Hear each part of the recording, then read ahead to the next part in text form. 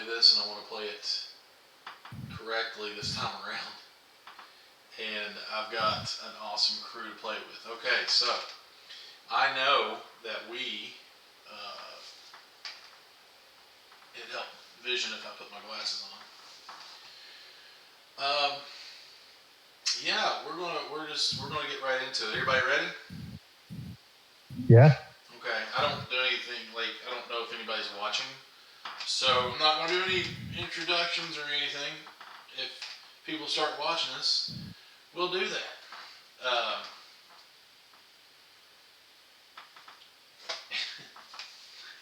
I'm so like all over the place with my attention because my phone just went off to tell me that I was live on Twitch. Thanks. Cool. Yeah. So with that,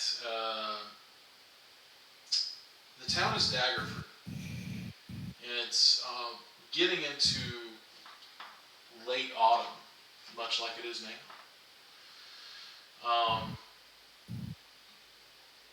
You all have been in. You all have been in. I don't want to use this. You all been in bigger inns. You all been in better inns. You all been in much worse inns. But this one, for a crew such as you all, will suffice. It's got drinks. It's got passable food. I mean, on the verge of being actually even being good. It's got everything somebody would need just to take a good night off the road when traveling from adventure to adventure. Daggerford has been pretty quiet so far. There's not much been happening in the past day and a half that you've been here. You spent some coin. You've picked up, your rations, your supplies, things that you would need for the road. But nothing really in the taverns and the inn that you're in has really come in, has really piqued your interest. But y'all are sitting there nursing your drink and nibbling at your food. The door busts open, and you see a young man, what seems to be a young man, run in wild-eyed, covered in what looks to be blood. And his clothes tattered and torn. And he just grabs the first person right next to the door. And he looks and he says, "Werewolves! They're everywhere out there! They're back! They're back!" And then he just collapses onto the floor. And everybody stops. And you can hear a pin drop in this tavern. Or in this inn. Until finally somebody says, "Oh, gods, not again. These godforsaken werewolves." Eel will stand up and look at her motley crew that's sitting there with her and say, "Well, it looks like I know why I'm here now." And grab my, I think it's a sword. I can't remember what I picked. Grab my long sword and head for the door. Okay, so that's what we know that your fellow Ellen Till is doing. Ellen Till, before you head out the door, give everybody a good description of who you are. So I am the goddess's champion. I was chosen against all odds to become an acolyte in the temple in my village, then chosen by the head priestess to help with a ritual, and then during this ritual I was spoken to by the goddess and asked to become her champion on the mortal plane. And so I was directed to come here and without really much instruction, when she speaks to me, she's not always super clear. But so I traveled here.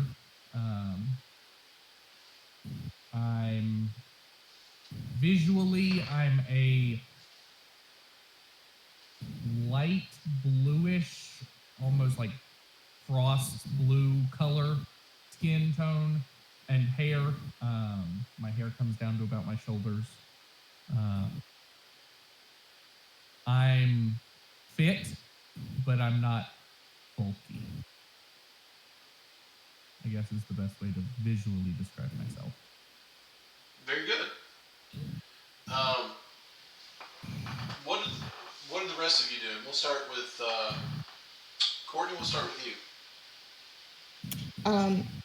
Because I'm super awkward, I'm just gonna kind of look at Mulgar and Elrond and Enoch and be like, are we supposed to follow her? Like, what's going on? Just kind of confused. Since I'm on a journey to try and find a long lost relic that was taken from our temple. But I'm super awkward because I spent my entire life pretty much, where did I say I was in? I spent my life pretty much in the temple, and that was it. So when I was sent out, I did not know how to deal with people. So yeah. Okay. Go ahead and tell us about Kaylin then. Okay.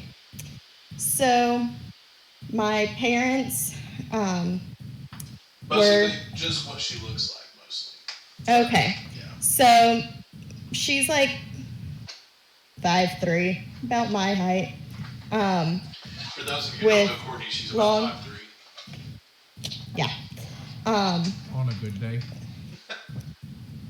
With long blonde hair, blue eyes, pretty fit, but I'm super awkward, but I'm always ready to kick butt and just kind of adventure and see what happens. Okay. Brittany, what are you doing?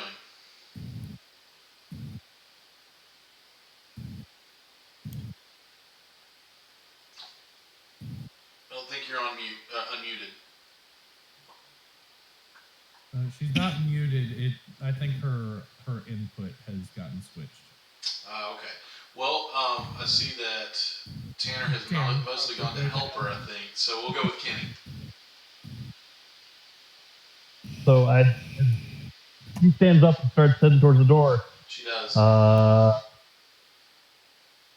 think we should go with. Not safe to go alone. Here, take us. Wait. And I stand up and follow. And what you see is a normal-looking human. Not normal. Like, he looks pretty good. Just from the time talking with him, seems to be a bit more charismatic than normal. Sounds a little slow, though. Other than that, short brown hair, blue eyes, shaved face, and like a bit of an attitude of, hey, we can do anything if we try. Okay. And like I'll tap the kid on the floor as we like come through, like, hey, you all right? The kid on the floor, the young man on the floor, does not react. You just kind of tap him, and he kind of slumps, over onto the floor. Is he? Can I, as I'm walking out the door, can I tell that he's still breathing? You're gonna have to stop and make a medicine check on him. Okay. Before you do that, Brittany, what are you doing? So Elrond already stands up and like slams his cane to the ground. I know what I have to do. Oh, okay. Elrond. All right. So Elrond, tell me what you look like. So Elrin is a little over 5 feet. He's only 15 years old, so very young. Medium length black straight hair, blue eyes, wears an eye patch, and always in like nice, noble dressed clothes. So the mini I picked out for you actually works out. Sorry. Cool. Tanner, what are you doing? Okay, so I think Mulgar is probably sipping ale or something, and he probably sits his glass down and he goes, "Werewolves. Did they say werewolves?"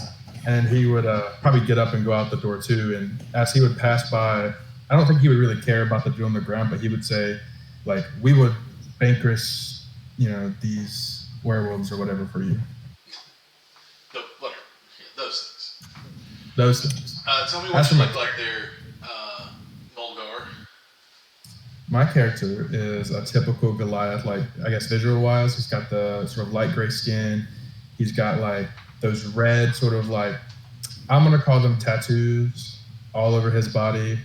He's about 7.5 feet. He is completely ugly. Like, not just, like, physical appearance, but he is definitely ugly. He's got scars all over his face and body and, like, just looks like he was matted up. So, yeah. So you fell out of the ugly every brink of the design? More like I hit like every axe and stuff. Very good. All right. Are you ready for the result of that medicine Ellen check? Teal, tell me what you got on that medicine check. That would be a 15. 15. For the first roll of the campaign. You can tell him. You can tell him anything you want because he ain't going to hear you. He is no longer breathing. Okay. At that point, the gentleman that was in front of him, he's an older man, human, gray hair, and he just looks at you, and he's got this shocked look on his face, and you can tell it's fear. He is very fearful at this point, and he looks at you, and he's got blood streaks down the front of his clothes where the young man grabbed him and slumped to the floor, and he's like, you all look to be a mighty crew, but I don't know. I can't tell you to go out there. I wouldn't tell you to go out there at all. And I gotta go. And he just runs out the door. And at that point, the innkeeper who was with you, or who greeted you in the beginning, and it's a dwarven man. He's got the graying but long red hair, but graying on the sides and everything, and his long mustache is braided in, put into 2 braids, and he walks up, and you hear him grumble under his breath. He's like, "Oh, these werewolves have plagued us on and off for multiple years now. And he just starts snapping his fingers, and he tells the young lady that's clutching at this point an empty tray to her chest. It's a young half-elven lady with blonde hair, and he says, "Get a mop. We'll have to clean this up."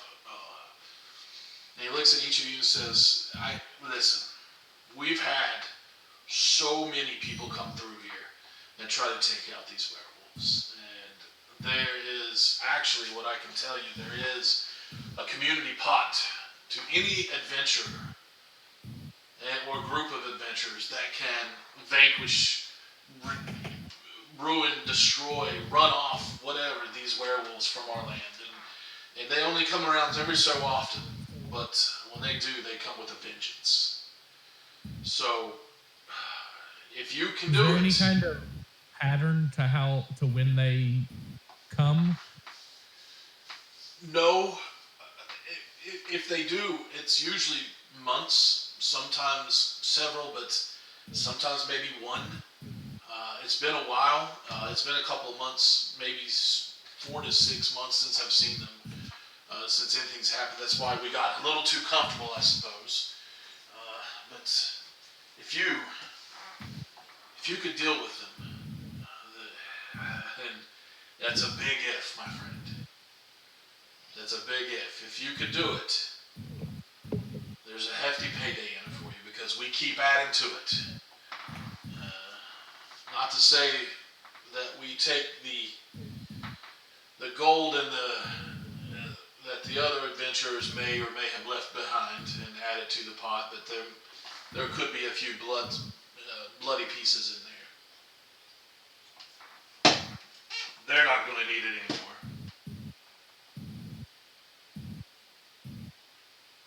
All right. If I Do may, you know where we could find, like, if somebody was to go out searching, whereabouts they might be found? Somebody else had a question as well. Yeah. No? Oh, it's okay. I was just gonna make a comment. Go ahead. Oh, I think like when he would say, if you guys can kill the werewolf, Mulgar would like flex, and he would be like, "There is no will," or whatever. He's like, or there is no if. We will kill them, and he would just like sort of flex his muscle, and You may have had it right the first time, friend. Anyway, yes. In fact,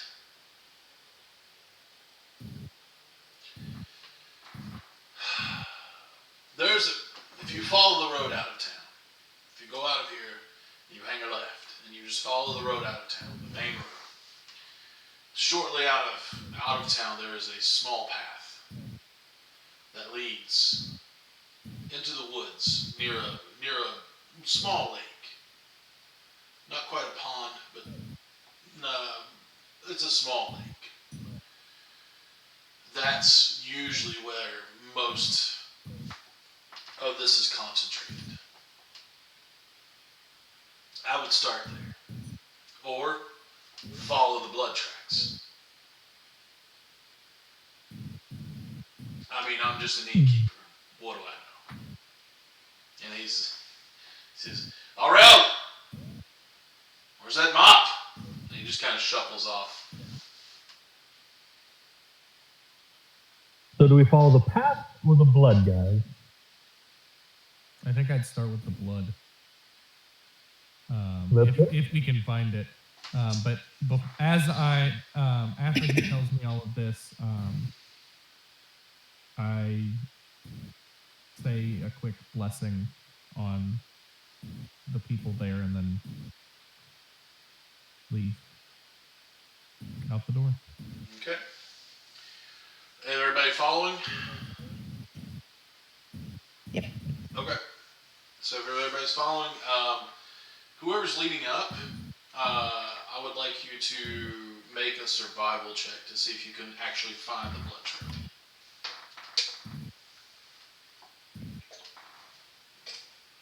that ain't gonna be me. I'm probably in the middle or something. Then it's not me. So Take lead. obviously, sorry, Ellen's Hill is like, she's gung ho right now. Enoch, were you wanting to do it too, or? Yeah, let's go. Alright, so, Enoch, Where? you all have a choice. You all have a choice. I need you to make a survival check, but one of you can assist the other. Or to give that person the advantage, or you can make your own individual survival checks. I'll give advantage. She's already out the door. This is her Okay. and my screen. All right. Oh, thank goodness. That second roll was so much better. Okay. 17. Yeah, absolutely. You can actually, it's pretty definitive where they are, or where the blood is. It's, looking at it's, man, dude was lucky to have made it this far, with the amount of blood that he lost. So it wasn't a whole lot, that you had to do, but, looking down, the blood trail actually looks like in the direction that he told you to go anyway. Mm-hmm. It being the evening and the sun going down is why I had to roll the survival check anyway, because you could have gone out and missed it. You notice that the sun is down and the moon is not fully up in the sky. Of course, it's not midnight or anything, but it's getting there. It is a beautiful fall moon, and you you see that candles are being turned on, or not being turned on, that are already lit. Some of them are electric candles, apparently. Candles are already lit. Some of them are being snuffed out. You do see a couple people rushing from door to door. The word has gotten out from the inn that there has been another werewolf attack, and you can hear in hushed tones of people talking. And those who are brave enough to be out are hurriedly going home. And then you hear the inn, actually the inn door close fully, like pull tight, and you hear a bar slide across the front. They are locking this town down.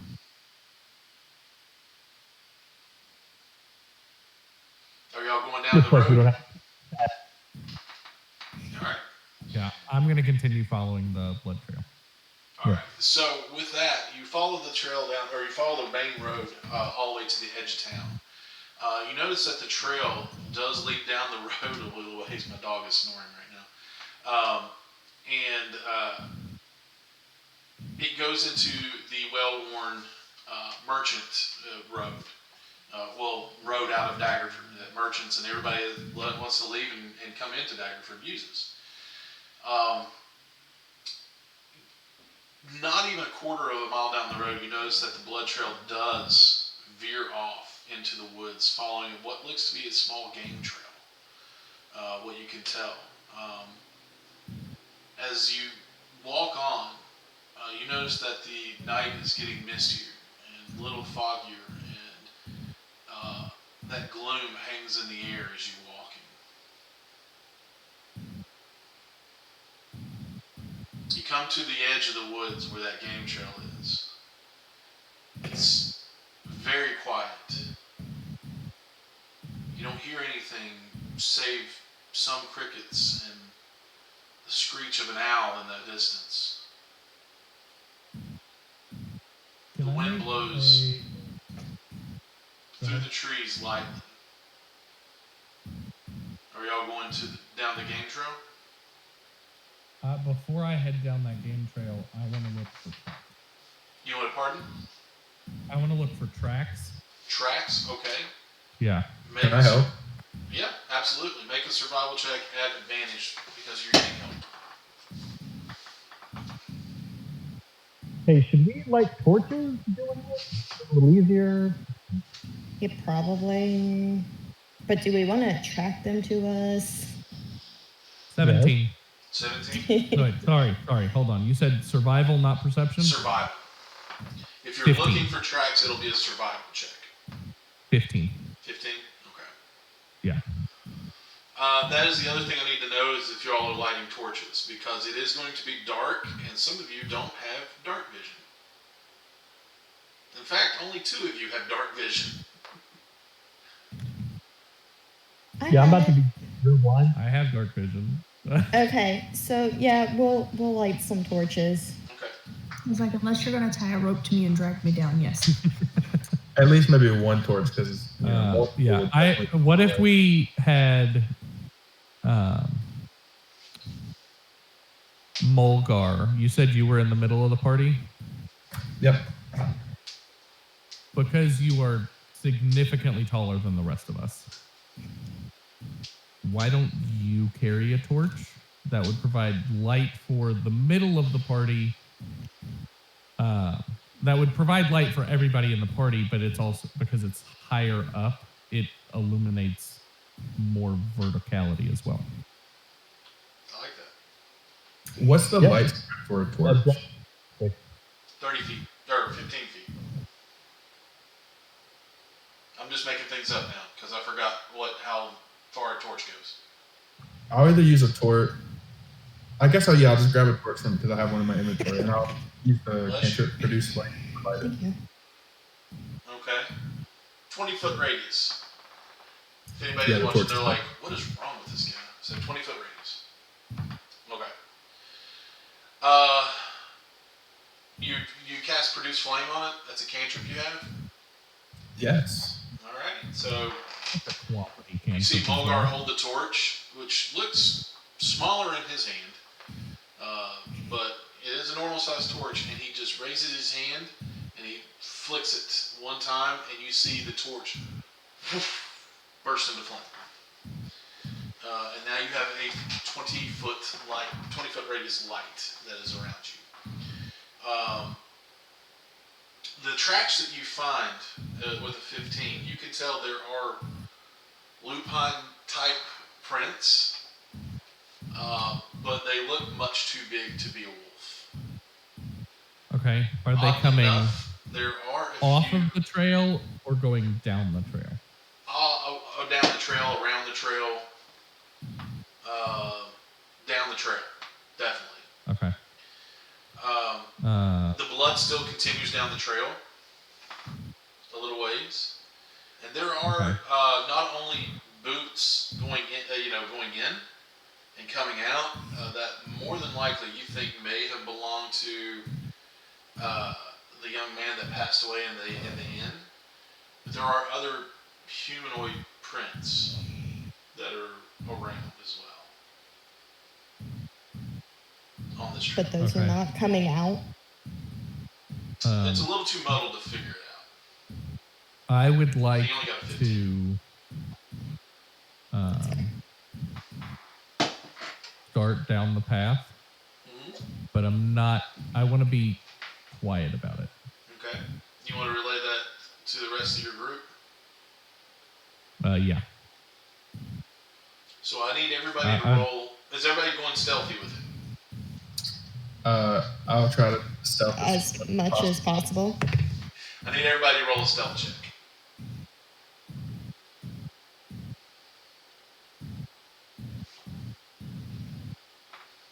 10. 18. 19? 18. 18. Tanner, what'd you get? I got a 7. Kenny? 12. Courtney? 27. Holy God! What? Holy crap! I rolled a natural 20, and my stealth is +7. Well, you all watch as Kaylin just disappears into the shadows and becomes one with the woods. Unfortunately, 3 of you, 2 of your crew, or 1 of your crew, does make a little bit of noise, but with that, you all can look at him and say, "Shut up! Stop!" Whatever you want to tell him to be quiet. Just be quiet. But he is a lumbering Goliath with a torch held over his head, so... I'm sorry, Just out of curiosity, how tall is Mulgar? I'm 7 feet 5 inches. Okay. Okay. So you follow the trail a little bit longer. You do come to the absolute source of the blood that you were following. There is a large pool on the ground that you can tell, glistening in the torchlight, is still wet. There are shreds of clothing on the ground that are mingled in with the blood. And you stop and you listen. It's still eerily quiet. There's nothing around. Do I hear birds or crickets or anything here? Make a perception check.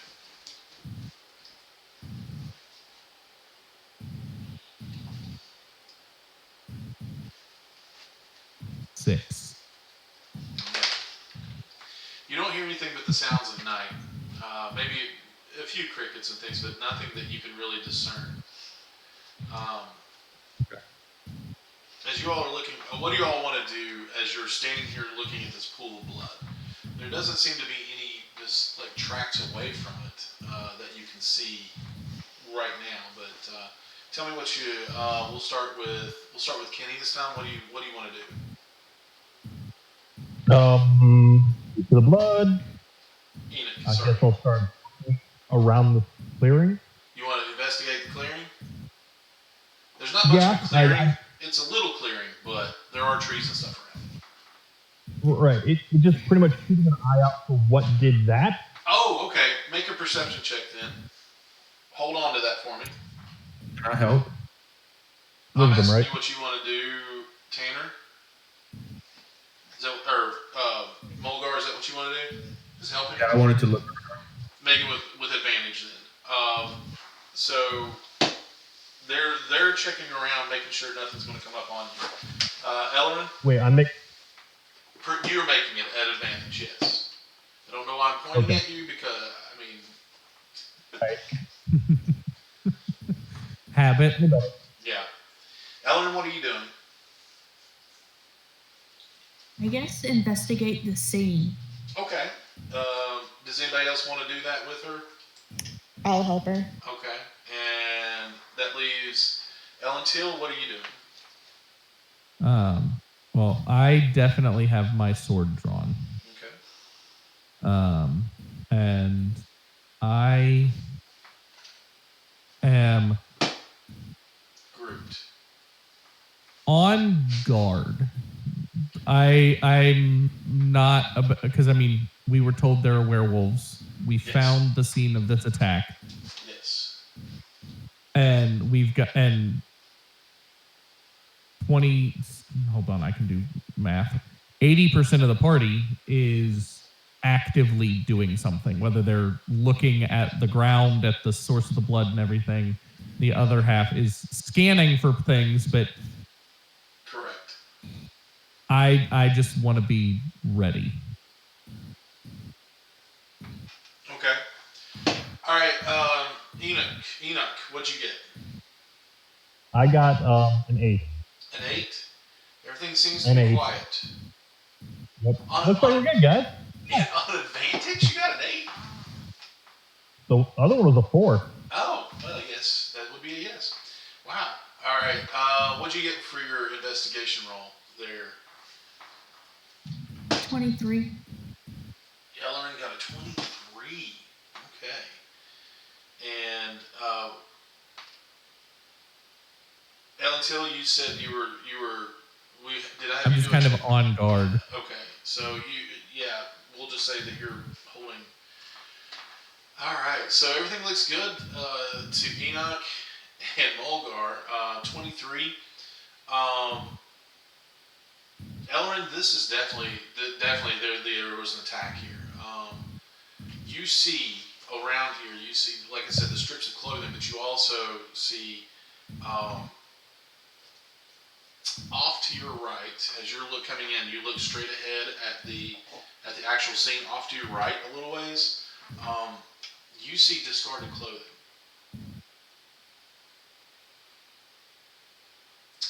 They, even in this dark, dusk night, even in the dark night, by the light of the torch, you can tell there are bright-colored clothing that are laying there. You're not real sure what they are until you go over and look at them.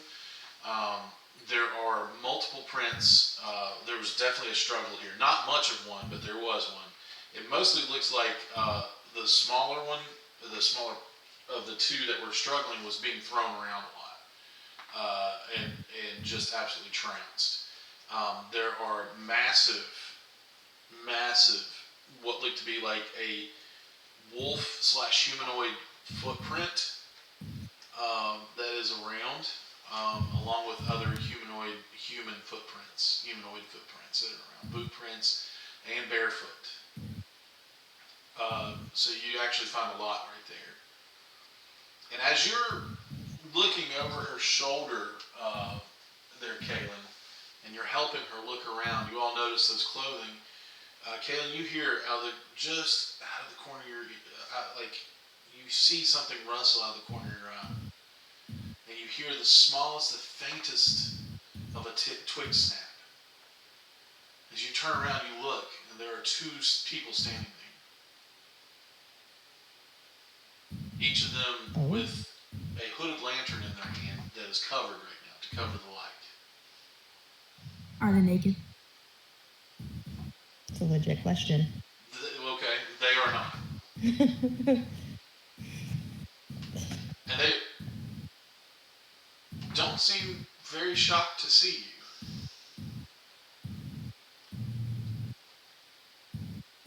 So I'm going to just kind of pat Ellerin and point to them. Just kind of get his attention and say, we're not here alone. I stand up and I point my cane at them. You there. They both stop, or not stop, they're not doing anything. They both just kind of look, and the one on the right holds his lantern up and holds a finger up in the hand, and just raises it on there, and a flood of light washes over you from this lantern. And he says, "We are not here to hurt you. We are simply looking for a friend." Is this your friend? Point at the pile of Maybe clothes the pointed. remains Sorry. of our friend. I don't know. It was very concerning what you have seen here, what you have shown us. There's a lot of blood, and the one on the left looks and lifts his lantern up, and more light comes out. And, he looks and he goes, "Yes, this is very, very concerning." Can I insight check them? Absolutely. Go for it. While she's doing that, when that first flood of light would have come from unhooding the lantern, Mm-hmm. I would have turned, faced them, sword ready. And when they made the comment about their friend, I would have asked how many legs their friend walks on. They look at each other and they're like, "Well, I would suppose he walks on two, Always? to my knowledge. Yes." I want to insight check as well. Go for it. What'd you get, Courtney? I got a 16. 16. Okay. They are looking for their friend. You can tell they are definitely in search of someone. I mean, that much is true from their voice and their patterns and everything. But you can tell by the one on the left, he's a little twitchy. 7. It may not be telling you the full truth, but yeah. Jacob, what'd you get? 7. 7? Man, up and up. He walks on two legs, and you don't have a clue if he's telling you the truth or not. I mean, he seems pretty honest. I mean, like, who doesn't walk on two legs? And to your knowledge, werewolves probably walk on two legs too. Yeah, that was going to be my next question is what do I actually know about werewolves? And to your knowledge, yes. As far as the clothes, are they scattered or are they placed? They are not scattered, but they are dumped on the ground. Like somebody disrobed really quick. Okay, so they're not like folded neatly, but they're also not in tatters. Right. Okay. Look at these two gentlemen as well. If you look past, I mean, you can't really see past the light of the lantern. Their speech pattern and their definitely their bad accent that's put on by me, not from around here. I'll give you that, Courtney. Question. Mm-hmm. So the clothes don't match the ones that like normal townspeople wear. Could I do a history check on them to see absolutely. maybe what culture they come from? Yeah, sure. Can I do some sort of assist, or I just want to see do they match the people that we're talking to? Who you're talking to?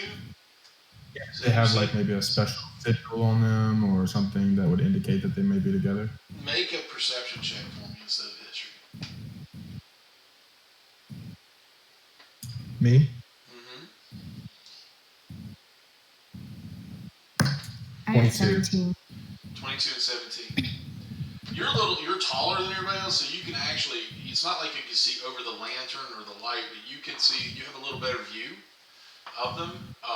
The light is not directly in your face, as it seems to be on most other people.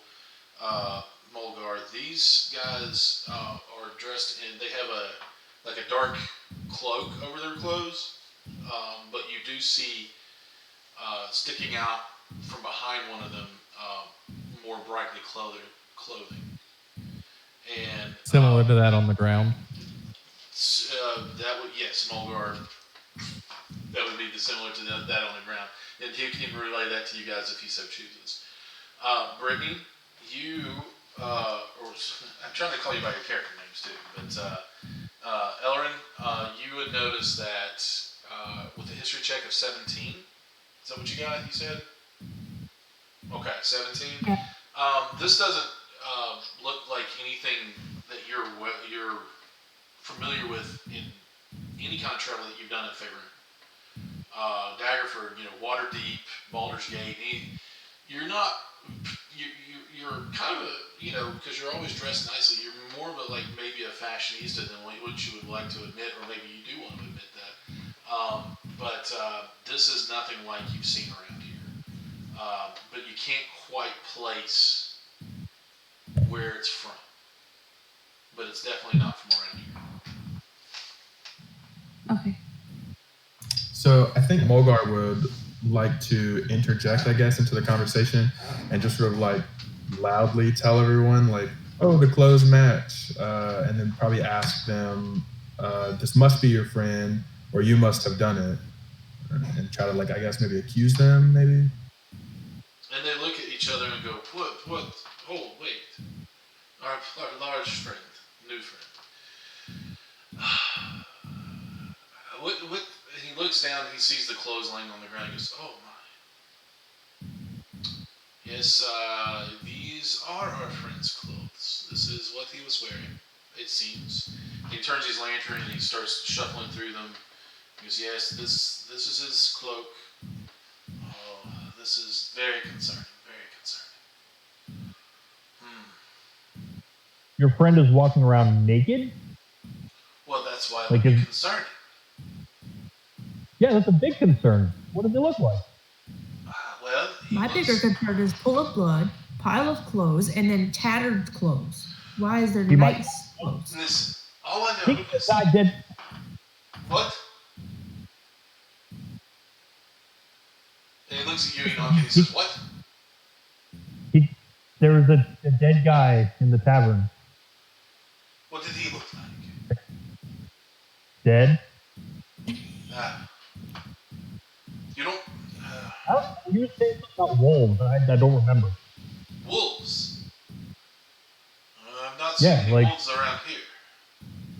Larger than dog-sized thing? I've not seen any wolves.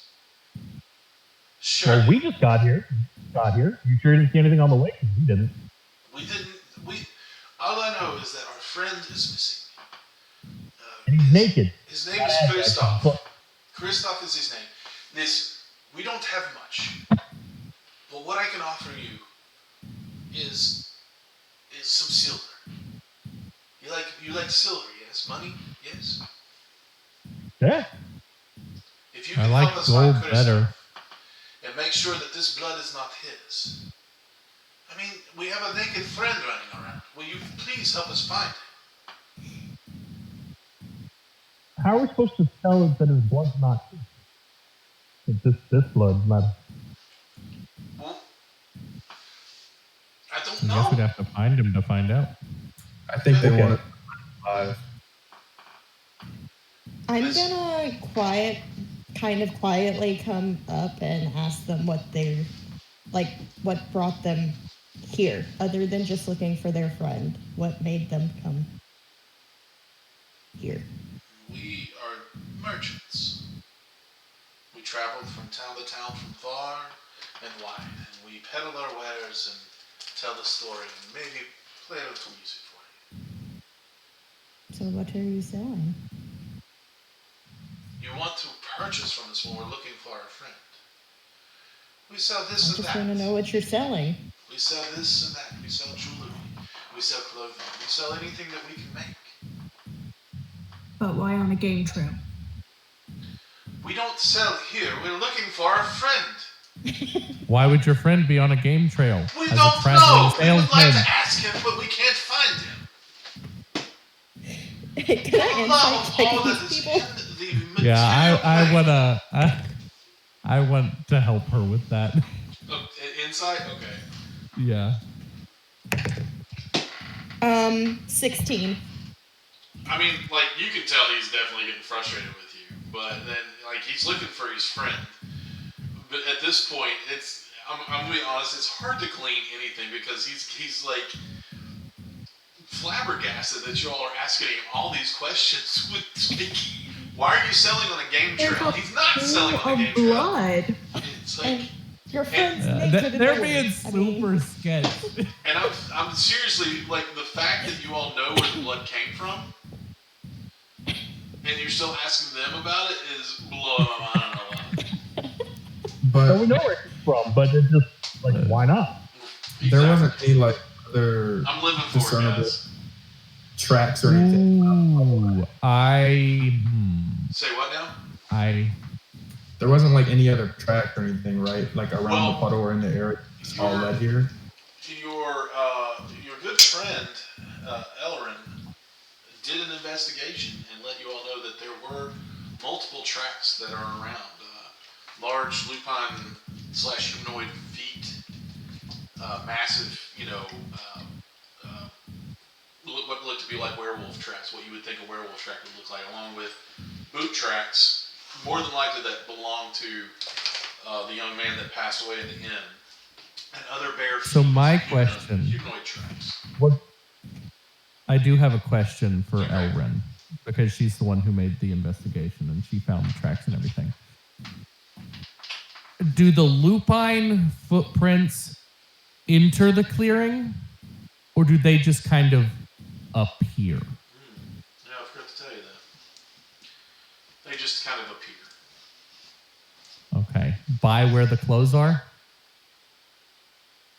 That's hard to tell. Okay. Are there a lot of like trees and stuff around us? Yes, it's woods. Can I like, I don't know, look up maybe? There is definitely a canopy of trees above you, and you can see some stars through it. That's a good. Nobody, like, literally, I have another no question one looks for up them. in D&D. Nobody looks up. Yes, Brittany. I was going to ask them why they were walking through the woods with the lanterns covered, trying to be sneaky. You all are very loud. And we don't know who you are or what you are or if you have our friends. So we wanted to see who you are first. You look very trustworthy. I want to walk over to them and say, I will help you find your friend, Very good. but I need your lantern. Well, how about we hold the lanterns for you because you have a torch. I don't have a torch.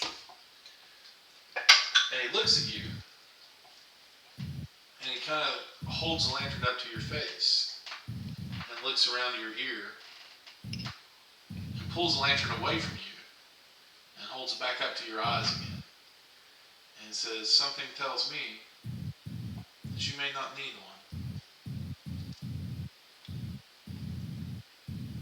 It's not so I can only see in the dark so far. If you want me to be of any actual help in the pitch black of night, greater than that 60-foot distance, They are I'm going to wasting need that time. lantern. You can see further. I than our agree, you are lanterns. wasting time. Okay. What was Question. that? Just for clarity Yes. for me. The young man in the tavern Yes. was clothed. Oh, yes. Correct. Yeah, he was clothed. Okay. Torn, bloody, 2. beaten, but clothed. Okay, that's what I thought. 2, kind of going along Mulgar's thought process. What does the moon look like at this That's a point? very good question. I told you it was a beautiful fall moon. It Mhm. is absolutely full. Quick Okay. lore question. Yes. In D&D, Yes. do werewolves have to change because of the full moon, or can they change outside of that? Not in my world. Yeah, that was my thought. Was from what I, as a player, remember, they're much more like the lichens from Underworld, where they can just kind of change when they want to. They just pop it off. Yeah. It was a good question, though. I liked it. Yeah. They are treated more as a shape changer. Yeah. A shifter, so they can do it at will. It's like a polymorph kind of thing. Okay. So from the initial tracks, where the lichen tracks appear, where do they go? They go deeper into the woods. You see what Ellen has seen at the clothing, that the bare feet start at the clothing, but the bare feet also go into the woods, deeper into the woods. Are there drag marks moving in that direction? Like whatever, like if this creature dragged the other thing? I'll let you go off of Elrin's investigation check until you know. Okay. Then I want to see if we can follow them, but I don't want to be the person trying to follow them. Like I'm not good at it. I got lucky. If you're going to make you've all already, one of you have already said that you're going to help. Is everybody following suit? Yes. Cool. As long as they're in visual sight. Yeah, I want them towards the front. I don't want them at the back of the party. They look at you, the one on the right. He looks at you and says, "My name is Vilmir, and I thank you so much for helping us. We will lead the way, since we have the light source. My friend, my colleague, would you like him in the rear? With the other lantern?" Put him in the middle. Middle's fine. Middle's fine. Next to the big guy. Mm-hmm. I'll keep an eye. The friend walks up to you, and he just looks at you and smiles really big. And through the torchlight and the moonlight, you can see his olive complexion. And he's not a bad looking dude. I mean, he's got dark hair. He's shorter, younger. The guy up front kind of looks like him as well, but he has a thin, pencil-thin mustache when you look at him. Dark hair, olive skin. Ramira is a little older, though, that you can tell. I turn to the one who has not introduced himself and say, "And you are?" My name is Vlad. Vladimir, but you can call me Vlad. And this is the one beside Mulgar, right? Does he have any pikes that he might do impaling on? He's not Vlad the Impaler. I didn't think about that before I made his name, but then after I was like, I'll just keep it because somebody's gonna make that joke. Good joke. So Mulgar would, I guess, if we're gonna move soon, Mulgar would like to keep Vlad sort of in front of him, still being in the middle. Make him go ahead of himself. Okay.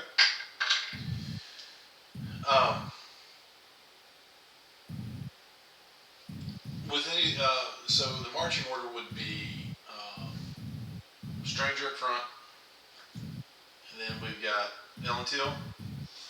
Yeah. And then who's behind her? Enoch. Who's behind her? Or him? It would probably be Vlad, maybe. Vlad, and then Mulgar. Elrin. I'll go last. That's fine. Yeah. Kaylin's going to bring up the rear. Okay. They take you. The question is, do we want our two tanks, the paladin and the fighter, at the front, or do we want to space us out? You're all walking into the woods, so. Right. That's my concern, is if something comes up from behind us, that puts our two tanks at the front of the group? No, at the back in that case. I guess I'll move to the back of our line. Okay. Fine. Move to the So, back. Okay. like I'll tell you right now, I can't see much from back here, but y'all are looking awesome. You can see a big old torch that's being held by Goliath. Right. Mulgar would look back and just smile at you and say, hello. Welcome. All right. Well, in your pack, you usually have torches too, so if you want to light one up, you can do that as well. Okay, I'll do that.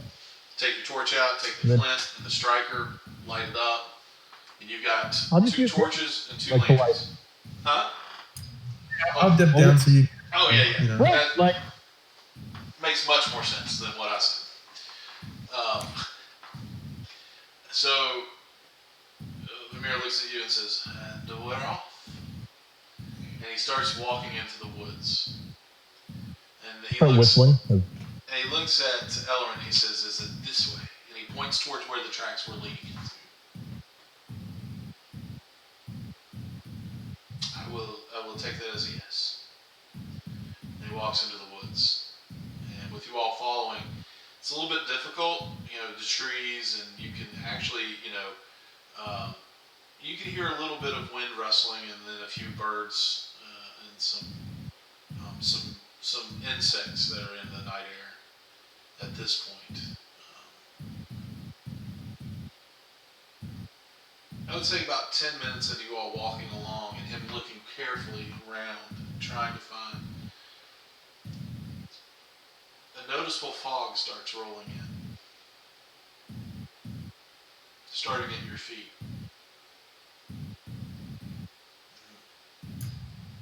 Can I keep looking up? Yes. Sure, you're going to run into a tree or trip over a root. like every take a look behind me to make sure. That's fine.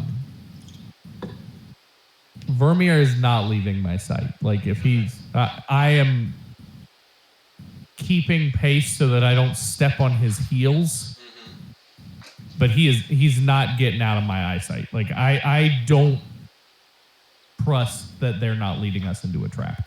Okay. Is the natural? Make a nature check.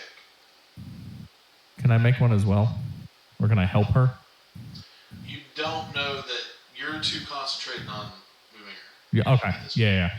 That would be normally yes, but you're a little bit more concentrated on him. Yeah. Yeah, that makes sense.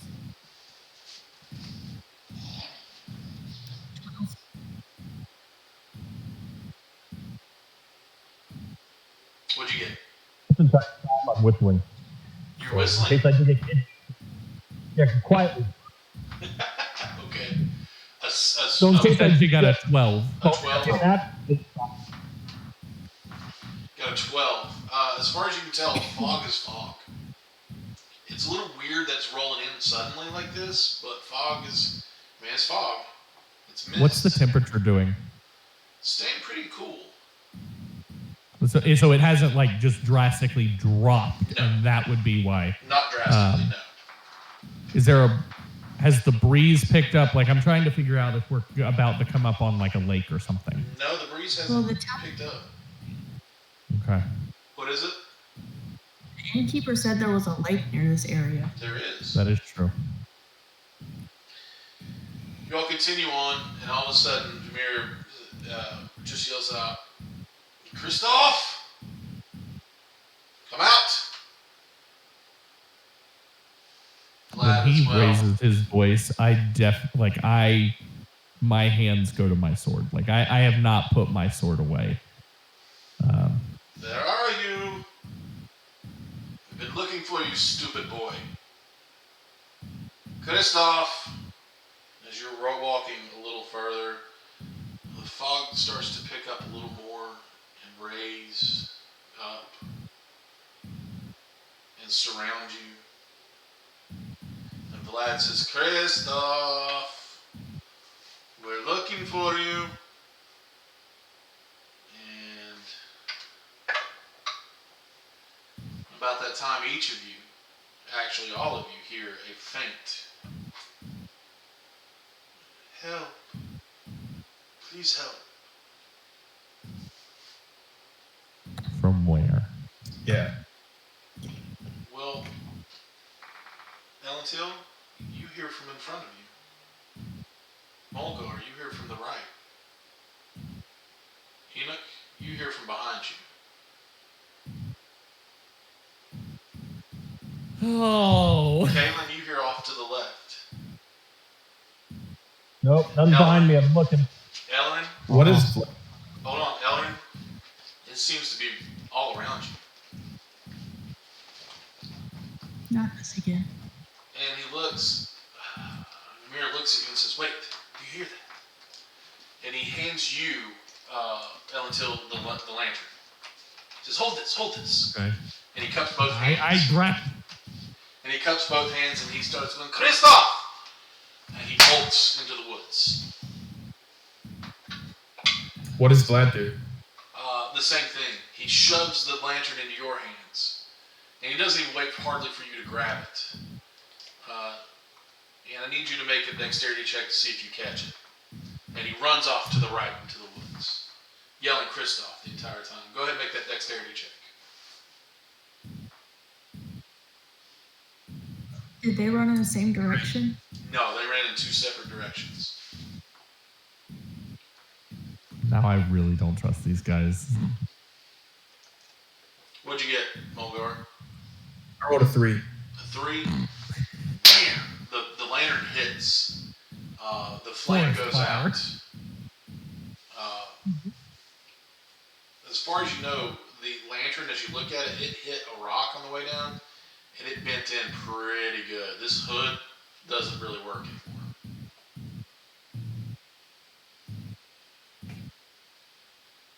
And as you all are standing there wondering where your friends went, and then you hear Christoph off to the left, and where are you from behind you, and I'm over here from in front of you.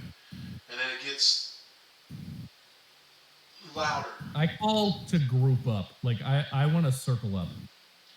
And as this is going I'm on, in. and as you all circle up, the fog, the mist rolls in higher and higher and engulfs you. And then you hear from there, there's like, and you hear in a mocking tone, Christoph, where are you?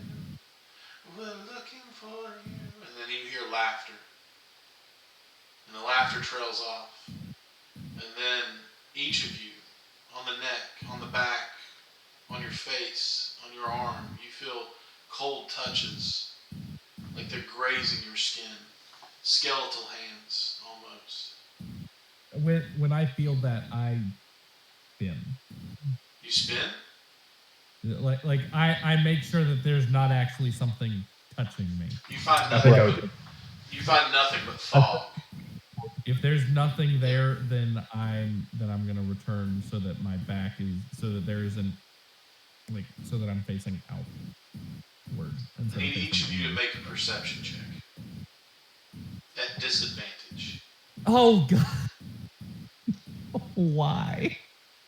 Because it's fun for me. Not that it matters. I rolled a 2 and a 3. A 2. So that's a 2. 2.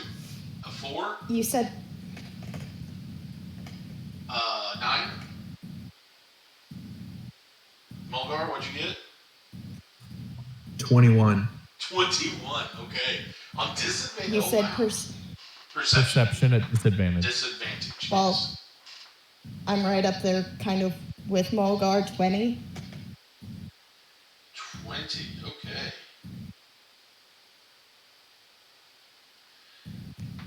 All right. Each of you that obviously, you know, we got a 9, a 12, and a 2.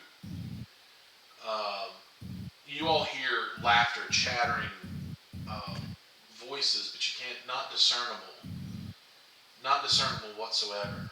And you can't tell what they're saying, that they're high, low, but you can tell the intent is not good. And I just saw Kenny go sideways. Mulgar and Kalen, each of you hear. Mulgar, you actually hear. No one ever leaves. No one ever leaves. And Kalen says, he has chosen you. You're his. And the fog picks up, and you can't even see in front of your face, a hand in front of your face. And it rolls in, and it's thick. And then you feel the temperature drop. And it's cold, and a shiver runs down your spine as you realize that this, while you were looking at it, seemed like regular fog. You know now it is not. And I need each of you to make a Constitution saving throw.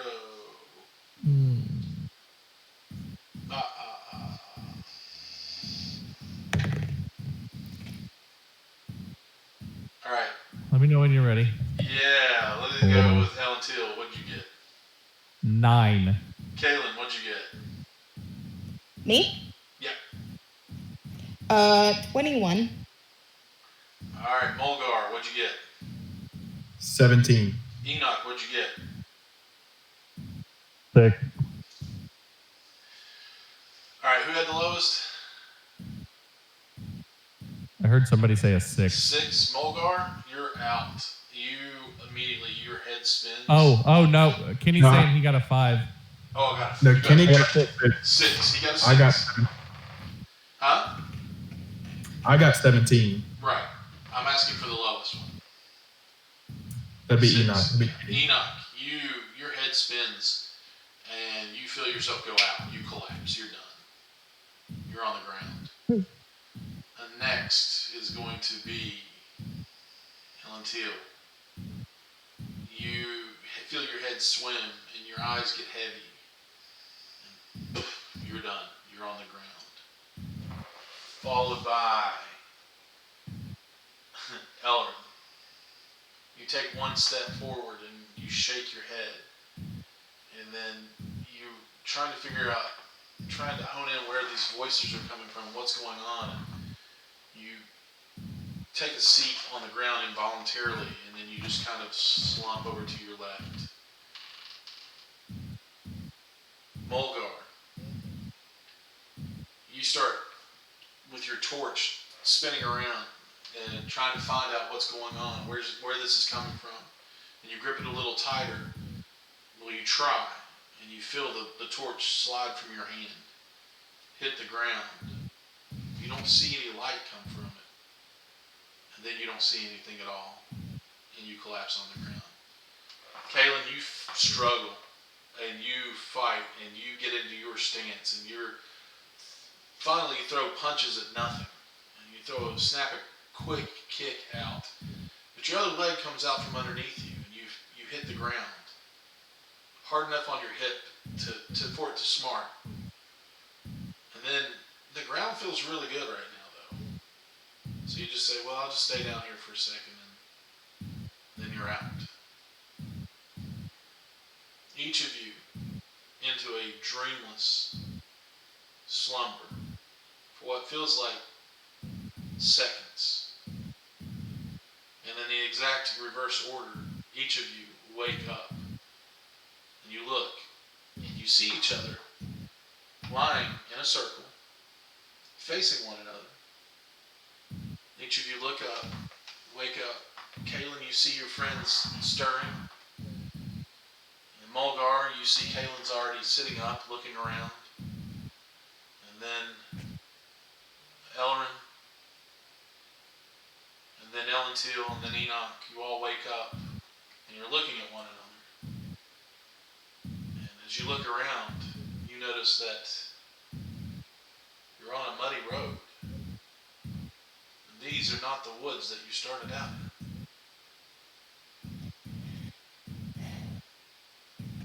Who wants to go? Who wants to do something first? I stand up and I help Elrin up.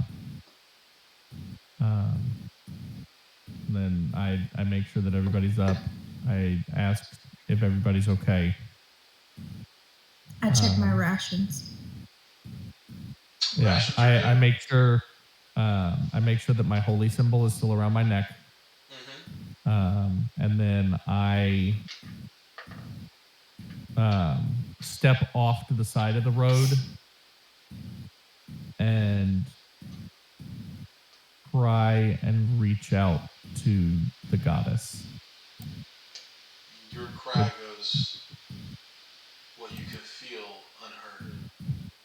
Yeah. Is there anything else on this road? Make a perception check. Can I try and summon my familiar to see if he can come to me? Yeah, sure. What is your familiar again? Remind me.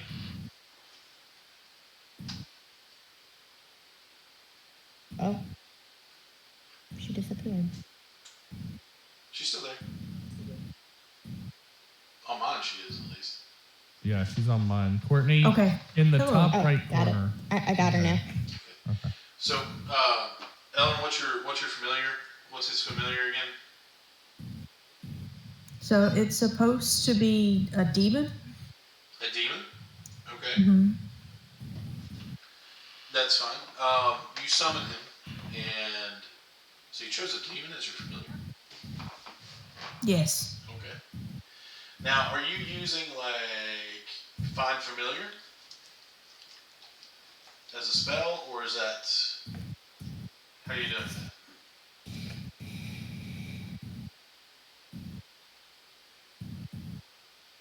Because it does, if you want to do a ritual, it takes an hour. I can't hear you. I tell you what, we're just going to do it. I'll just say you do it, and then from now on, though, if you do it as you do it, you can do it as you use a spell slot, or if you want to summon. Yeah, it's a spell slot. Sorry, I clicked off on the other page thing and it took my push to talk away. I'm sorry. Yeah. So you want to use a spell slot to do that? Sure. Okay. What's his name? Sebastian. Sebastian appears before you. Sebastian looks a little different.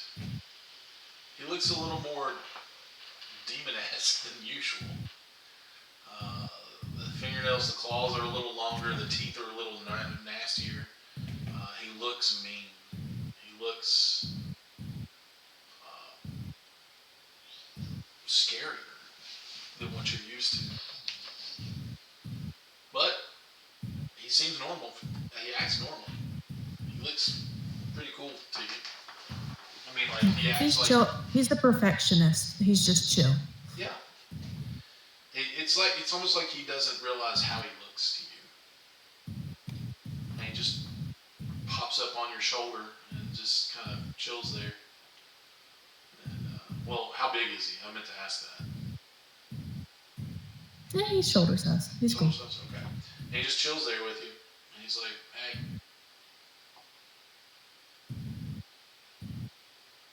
I just wanted to make sure that he could find me. He can. I'm happy now I have my friend back. It's okay. Okay. What'd you get your perception check, Mulgar? I saw nothing. My eyes were closed. I rolled a 6. You rolled a 6. Definitely not the woods you started out in, but they are woods.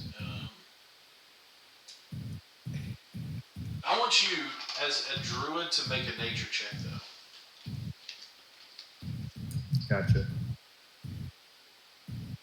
Can I look to see if there's any, like, footprints anywhere around us? Sure. Make a perception check as well. Yeah. 9. This is you can't really tell what is what, but there are what seems to be wagon tracks and footprints. But this is a road. This is leading somewhere. So you can't tell much other than this is leading that way, further down the road from where you are right now. Each of you, I meant to tell you this when somebody said to check their holy symbol and everything. Each of you that have checked your personal belongings, all your personal belongings are still there, even down to your coin. It's all there. Weapons, everything. You You have not been wrong. I thought of another thing that I wanted to check. Okay. So we're laying in a muddy road, right? Are there drag marks leading to where we were? Or are we just kind of I will there? let you look around. I'll give you this one for free. There are no drag marks. There are just body prints from where you're laying. You all are a little muddy now, a little dirty. You look behind you, the road, you look in front of you, the road stretches on. And, through the woods. Not through the woods, but, there's woods on either side, but the road stretches on. If you look behind you, the road stretches into the fog. Into a fog that seems like very familiar to you. For my nature check, I got a 19. This place, you look around, Mulgar, and you can tell, being a druid and knowing about nature, this place is sick. The trees seem dead, the land seems like it's dying. This place is very sick. Can I send Sebastian up the road as far as he can go? Sure. You're familiar. You have... now, if you want to look through his eyes and listen, you're going to be blind and deaf. And he can go 100 feet while you're looking through his eyes. Or no, you can communicate with it telepathically up to 100 feet. And look through its eyes. Okay. And here. But you are blind and deaf. Yeah, it's 100 feet. Okay. I got my group around me, so I'm okay. Okay. So you send Sebastian up the road. The road does not change. It winds a little bit. It's very muddy. There are trees and everything all around. Raised places in the ground. Rocks and boulders. And is he looking like, is he just wanting to see where the road goes, or is he making any kind of perception check, or what? More perception check to see if he sees like any other people or like life sign forms or something. Do you have his stats?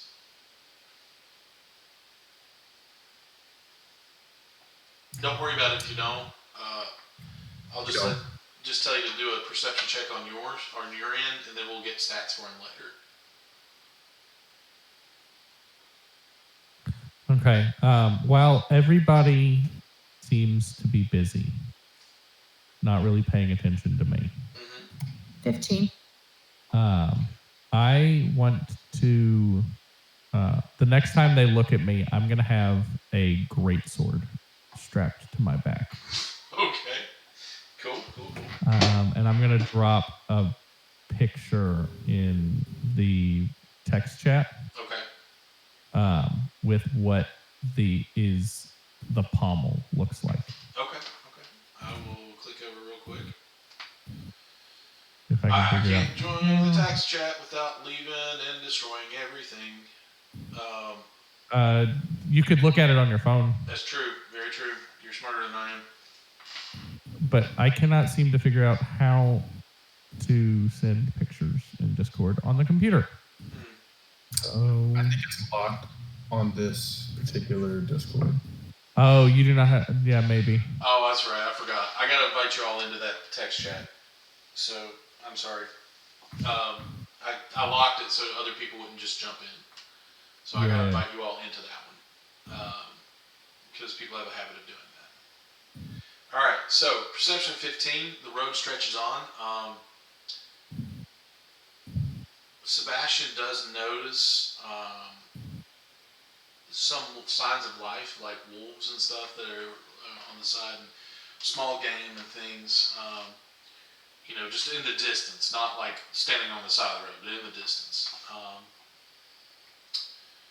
But they're preoccupied, in the far, far distance, there is a large wall. And he can make out two statues on either side and some gates. That's in the distance there. And he goes about 100 feet and he has to stop because he cannot communicate with you any longer. Would you like him to come back to you? Yes, please. Alright, you snap. Okay. I put it Thanks, right in back on future. the welcome channel. I was Okay, able to okay, great. send a picture there. All right, so I relay what Sebastian saw to everybody about the wall and the gate and the two statues off in the distance up the road.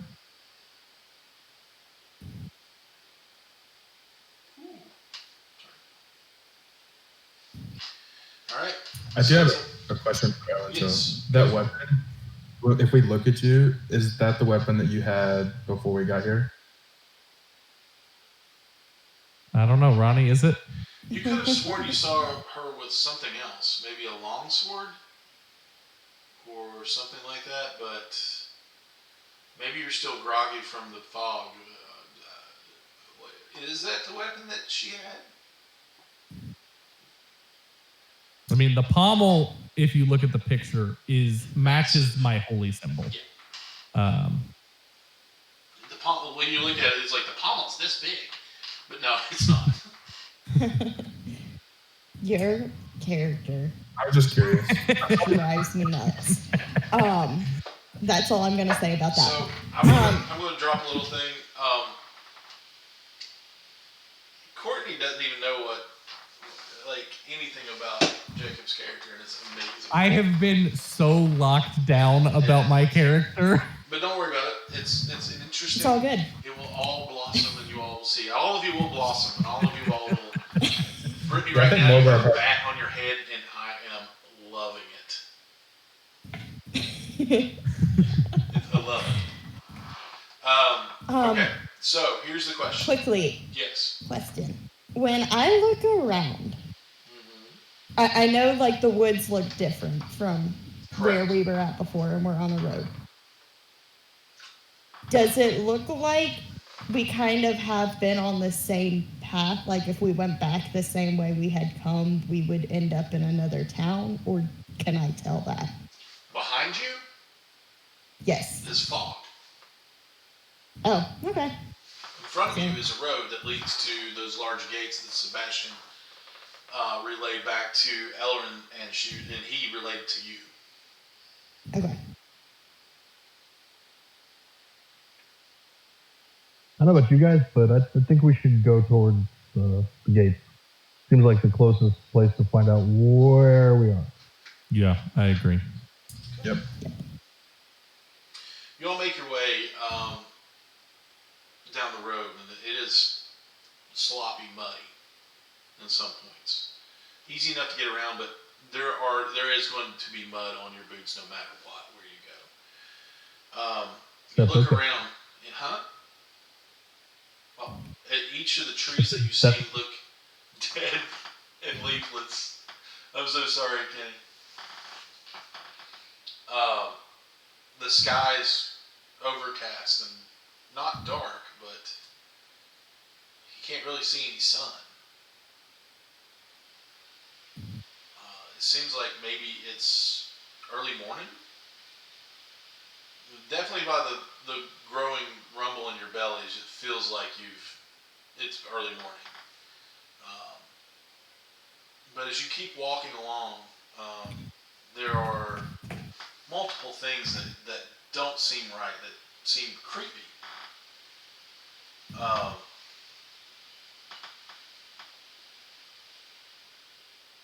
The trees seem skeletal almost.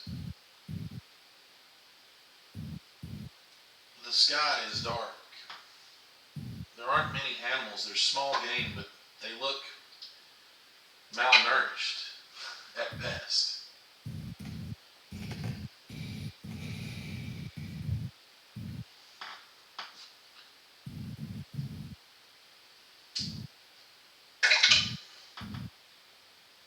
You keep walking.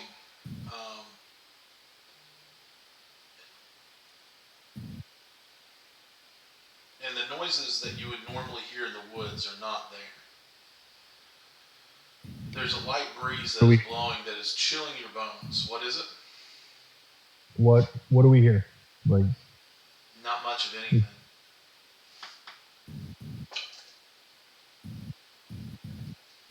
You keep walking, and seems old, almost ancient. These woods they've seen some stuff, you can tell.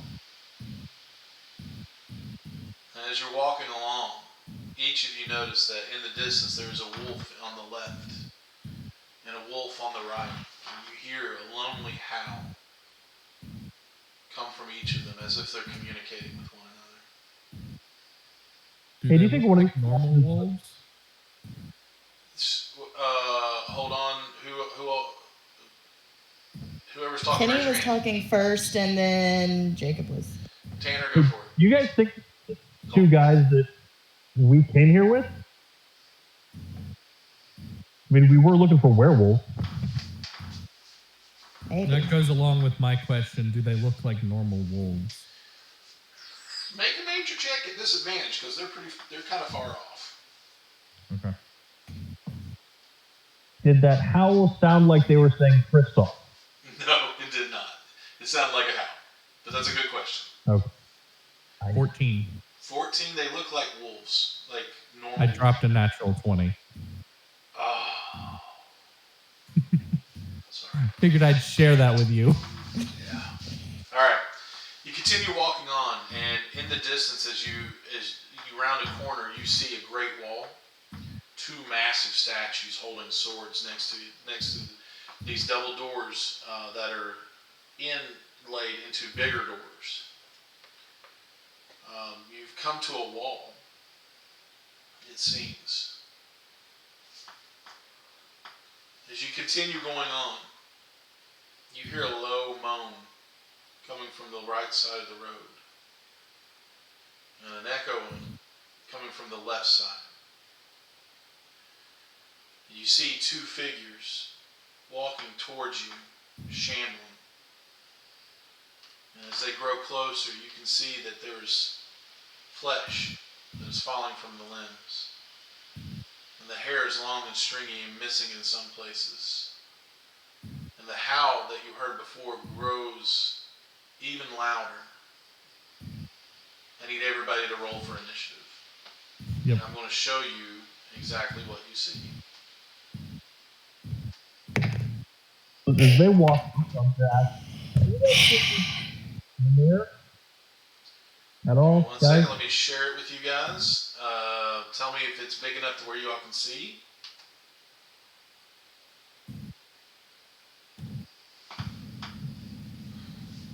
Yeah. Cool. If just double Okay. click on it and you'll be able to see it a little bit better. You can see it? Okay, good. There's no real fine detail. Also kind of blind, so. I just Alright. want to comment that these giant knights are seriously badass.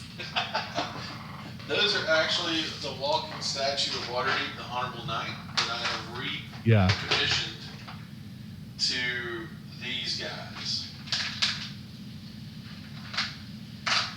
As we're walking up, do the statue's heads move by any chance?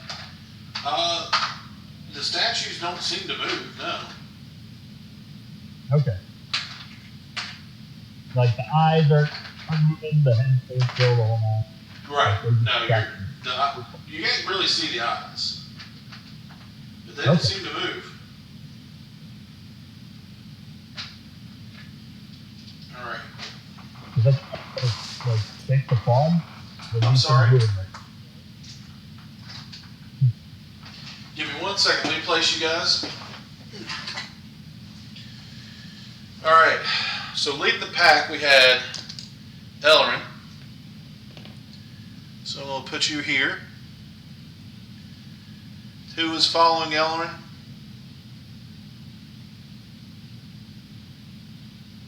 I don't know. Actually- I'm in the back. Yeah, that's right. You're in the back. I'm going to put Mulgar here. Ellerin, you're going to go up a little bit closer. I'm going to put you there and you right there. And my dog just walked out and scared the crap out of me. You see coming from over here a wolf. This figure coming from over here. Another wolf coming from between those rocks. A figure coming from that puddle off to the road. Put him on there. A wolf flanking him. 1, 2, 3. A wolf flanking him comes into view. Can everybody see where everybody is? Okay. Ronnie, I sent you a question on Discord Okay. that you'll need to check on your phone. Cool.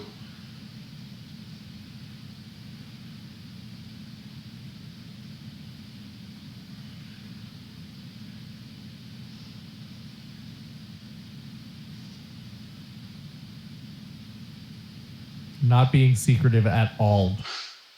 And I text don't you know. back. Tell me your secret. Tell me your secret. All right, sweet. Thank you. No problem. And poop nuggets.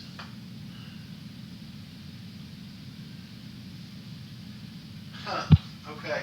So, all right, this is the super interesting part where Ronnie's trying to find everything, so I apologize. Well, I had a pencil. It's gone now.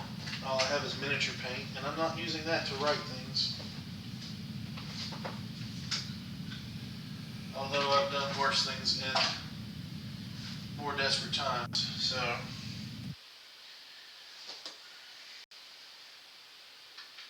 Okay.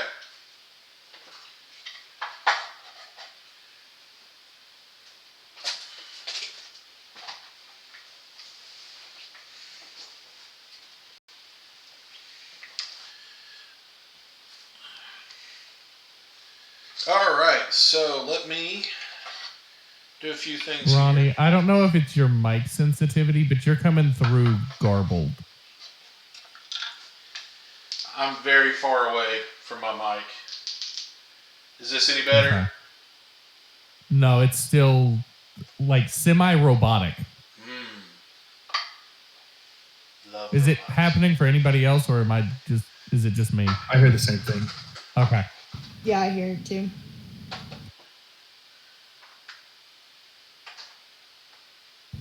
But I think it only started happening when we went to the live stream.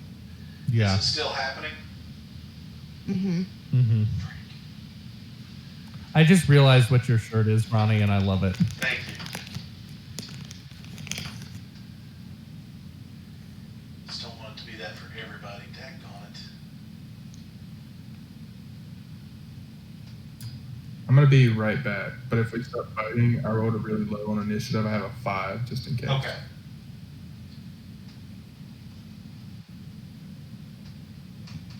Alright, so let me try it again.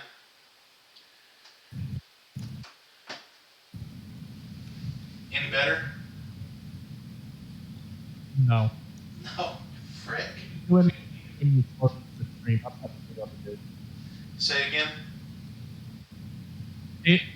Even when you ended the screen share, you were still coming through robotic. It's almost so like I can hear you clearly, but there's a warble to it, like on the outside, like almost on the edges of it, if that makes sense. Yes, gotta love technical difficulties. And you can hear my dog drinking in the background.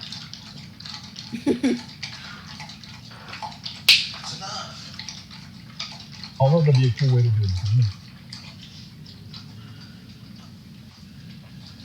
Let me try something. Well, we're lining up. Yeah.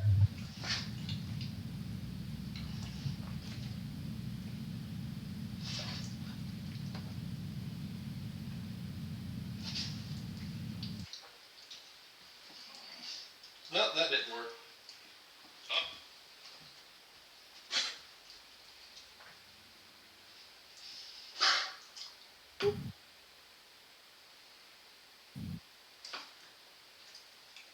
Hello. Alright, so I'm just gonna go with it. And I apologize if it sounds crappy. Does it still sound crappy? hear me? Hello? Oh. I was on mute. Sorry. I'm sorry if it still sounds crappy, but I'm just going to go with it. I mean... No, you're so much sound better good now. Good. Right. That's what I like to hear. Okay. I'm back. All right. Hey, welcome back. You didn't miss much. Am I dead? Yes. All right. So, can you all still hear me? Yes. Okay. All right. 20 to 25. On initiative. Who had 20 to 25? I don't Nobody? think anybody did. Okay. 15 to 20. 18. 18. What else? 15. 15? Okay.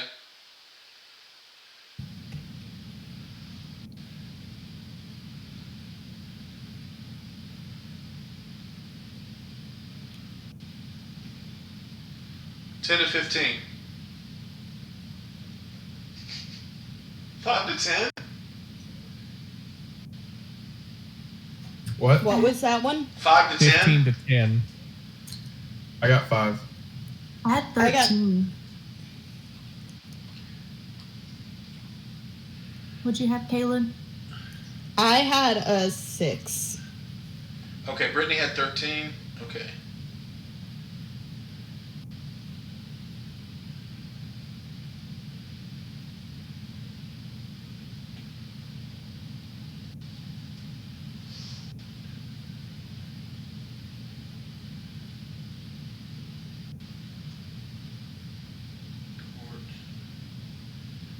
And Mulgar. All right. So, at the top of the order, Jacob, you're up. All right. So what you've got, let me explain. You've got growling, hungry-looking wolves that have come out, 4 of them. And you've got 2 shambling messes of humanoid whatever coming after you. Okay. They don't look happy either. I want to approach. How far is the wolf to on the left side of the road? This guy right here, Yeah. 5, 10, 15, 20, about 20 feet. All right. Then what I will do is I will move up to him Mm-hmm. with my greatsword drawn, Okay. and I am going to try and smack him with it. All right. Make that attack roll. That's a 7. As you come up, you draw this great sword, and you hear it. It sounds amazing.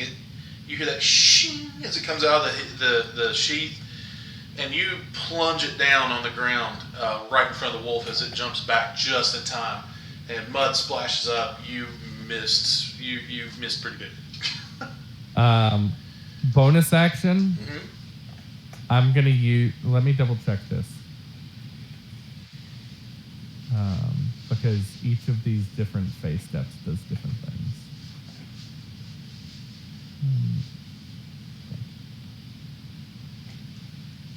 He's within 5 feet of you. Okay. So I'm going to use my bonus action to use my phase step to move right back to where I was. Okay. So your what? Your face step? This is basically Misty Step, but with added bonuses. Yeah. Poof. He needs to make a wisdom saving throw. Oh, okay. It's wolf.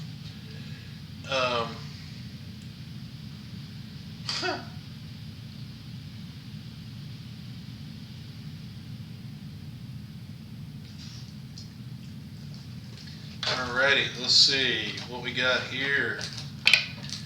That's a 14. Oh, come on. I'm sorry.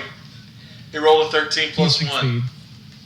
Yeah, even if he had a 0 modifier, he would have made it. My save is 13. Oh, okay. What were you doing? So if he had failed, he would have been frightened. Oh, okay. Very cool. Yeah, Very cool. that's the phase step effect for the Winter Eladrin. That's right. Okay, yeah. That's very cool. How many times can you do that? Once per short rest. Nice. Enoch, But you're I up. figure.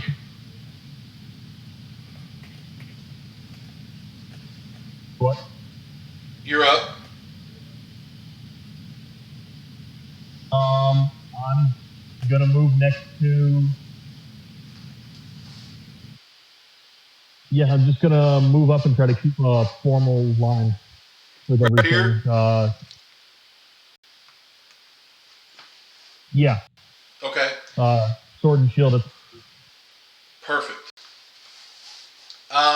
As far as your action, do you want a ready one or anything like that? I will hold my action to see what the wolf does. How about that? Okay, so I'll take that as if he runs up on you, you're going to swing it. If he moves up on, I'll swing. Okay, cool. All right. So that brings us to these guys. You hear a low moan come out of each of these figures. They're going to...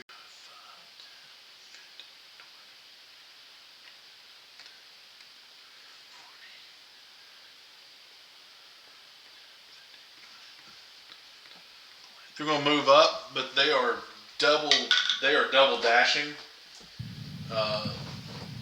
Dashing, I should say, not double. They're dashing, mainly using all of their movement to get to you. In the meantime, as they get closer, you notice that a strong smell of decay is coming off of them. They are disgusting.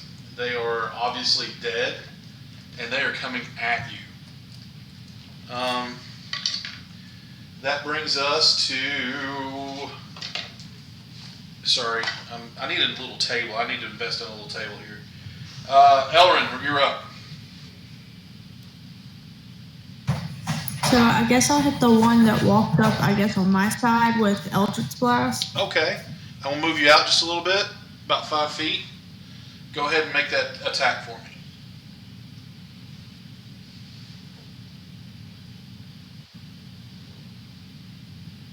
16. 16 definitely hits.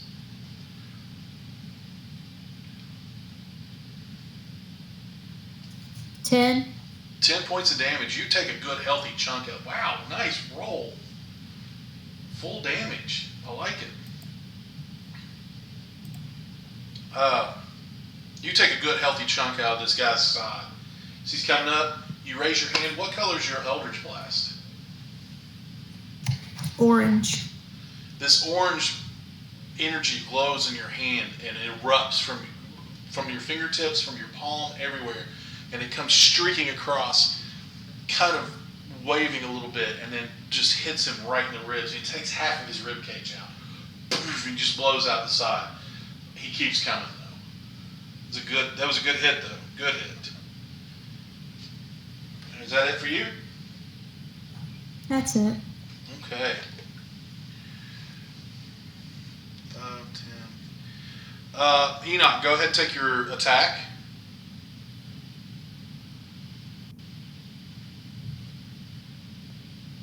It's gonna be straight 20. What was that attack roll again? 20? Not 20? natural. 20 definitely hits.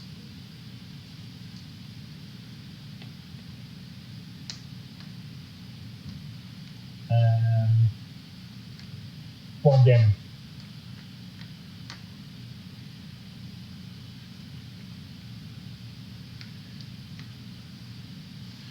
You come up, this thing comes charging at you, and with one swift swipe, poof, you see a wolf has departed from its head. You actually destroyed that wolf with one hit. Did not expect you to do that, but that's cool.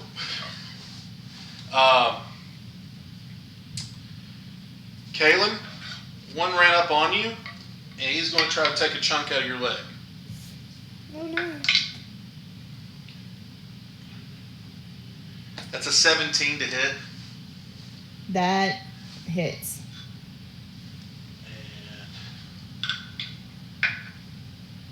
And that's going to be +2.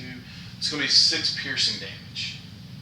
Whew. As he comes up and he grabs a hold of your calf of your leg and just clamps down and just shakes his head a little bit and reaches back, and you can see the blood dripping off of his teeth and his maw. Okay. And that is it for them. Kaylin, you're up. Me? Yeah.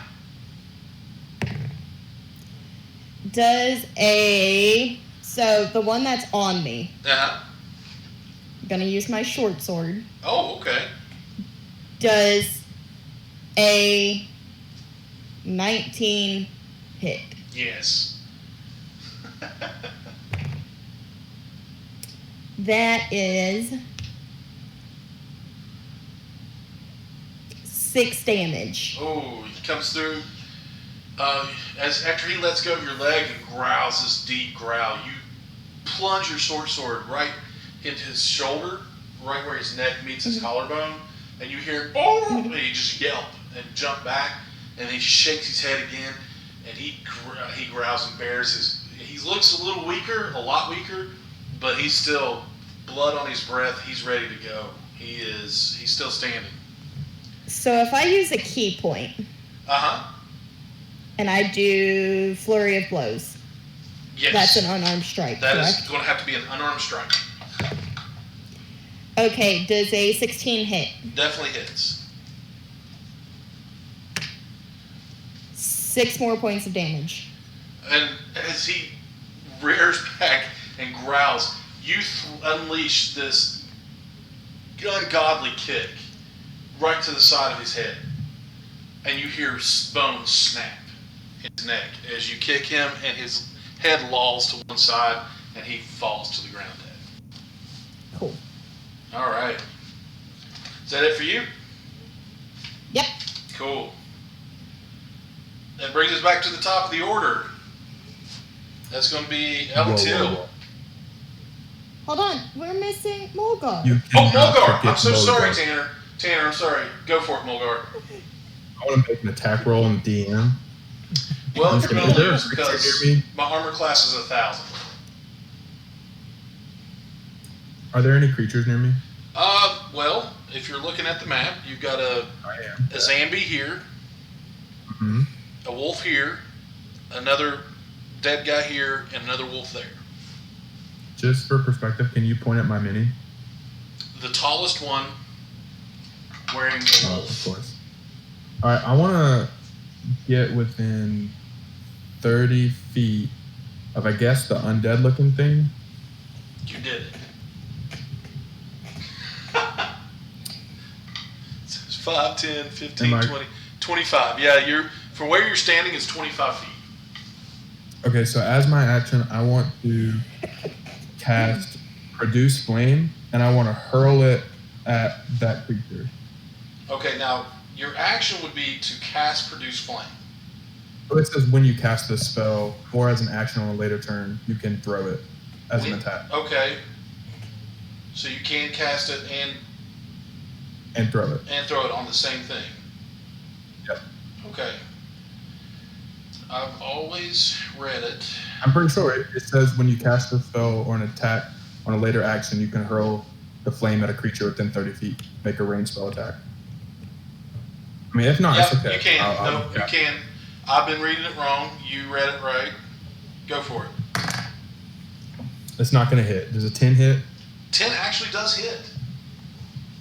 Okay. Yeah.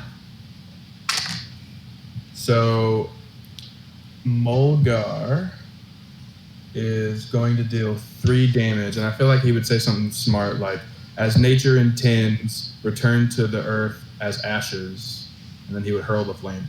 Wow. Okay, Mulgar. you hurl this handful of flame, and it hits him right in the face, right side of his face and shoulder and neck area. You hear him going, but he keeps on coming. You can smell a bit of charred flesh, but he's coming after you, or whoever is in his way. All right. Is that it for you? Yep. All right. Ellen Teal. All right. So what is within 5-10 feet of me? If you step up one right here, you're within melee range of a wolf and a zombie. Okay. Let me attack. Which of them looks worse off, like damage-wise? Neither one of them that have we been hit. dealt? Okay. Then I'm going to attack the zombie. Okay. And we're not Go going for with it. that die again. That die betrayed me. And I think this one's probably done too. That's a 10 to hit. That the zombie, yeah, it does hit. Oh my goodness.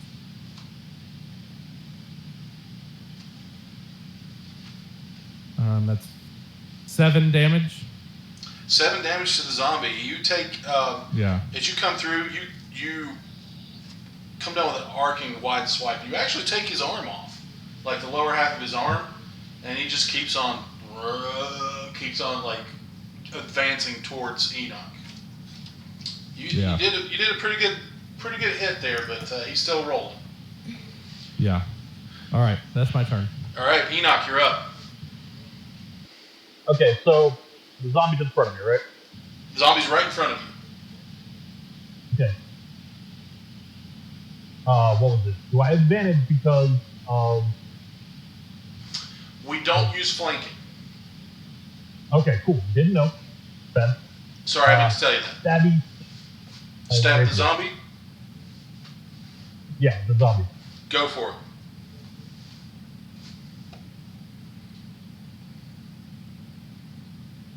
$23. That definitely hits.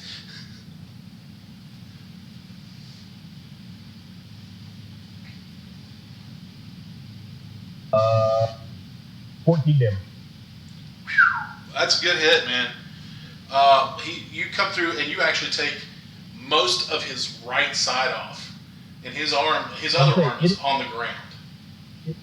It's a piercing weapon, so I don't know if zombies have a... Oh, that's right, you have a... Yeah. weapon. Sorry, no. You can come through and it's like you did one of these, like, swirled it around in there, and, you pull out a good chunk of his chest with it. It's like it's rotting flesh.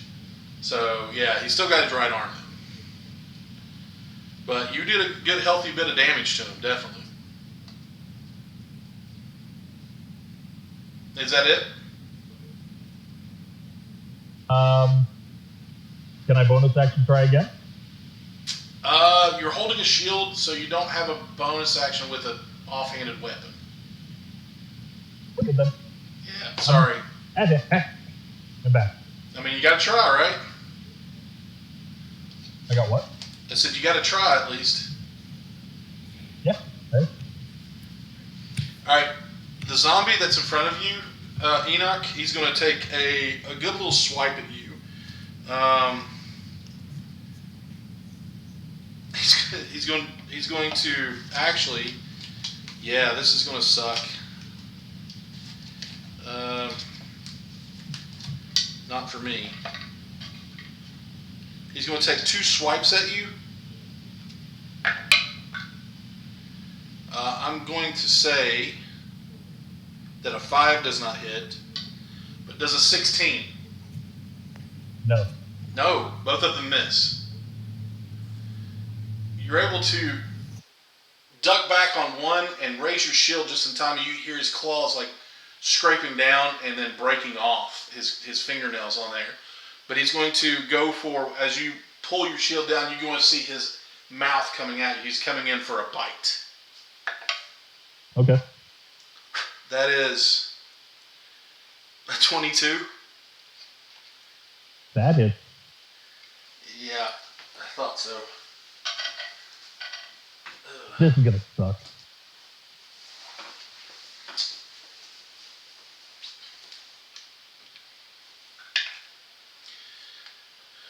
That's going to be 4 piercing damage. Okay. Mm-hmm.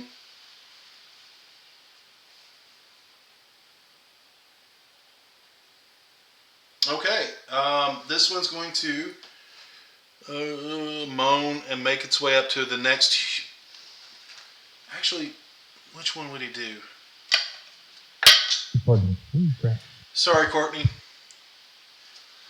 He's coming after you. Poor Kaylin. Swipe. He got a 10 on one and a 5 on the other. I'm assuming both of those claw attacks miss. Yep. But you're able to first claw attack, block it with this hand, and then reach around and block it with the other hand. And then for his bite, he surprises you, but not very much, as you kind of adeptly sidestep his bite and watch him kind of stumble on the ground because he rolled a 3. He did not hit you with anything.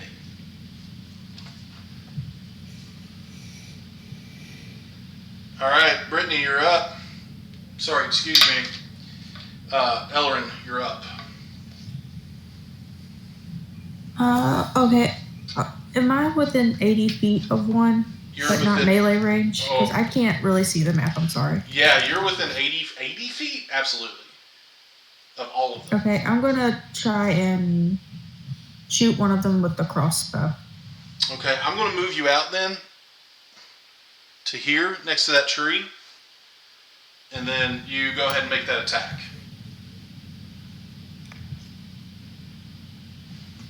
20 hit. Yeah. You're shooting a zombie, right? Yeah, I guess I can't see what I'm shooting. You tell me. But we'll go for the zombie.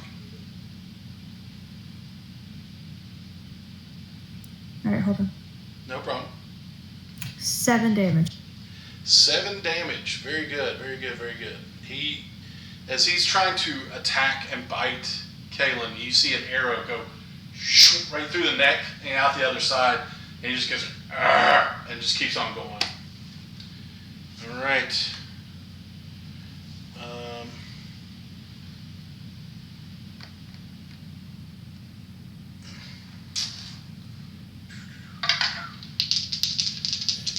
One bite, 2 bites going towards you. There, Ellen Teal.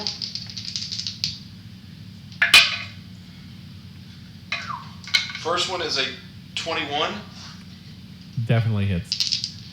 Second one is a 7. Misses. Yeah, I would hope so. We'd have to rework your character if it didn't. 3. You take 5 piercing damage from the first bite. All right. All right. Courtney, you're up. Excuse me. All Kaylin, right. you're up. So I still have the one directly in front of me, right? Oh, yeah, absolutely. You're making it so I can't really use this Radiant Sunbolt fun. That's okay. I'm not I'm doing going nothing. to... Them zombies want to eat you. I'm going to use my short sword. Okay. 16. 16 definitely hits.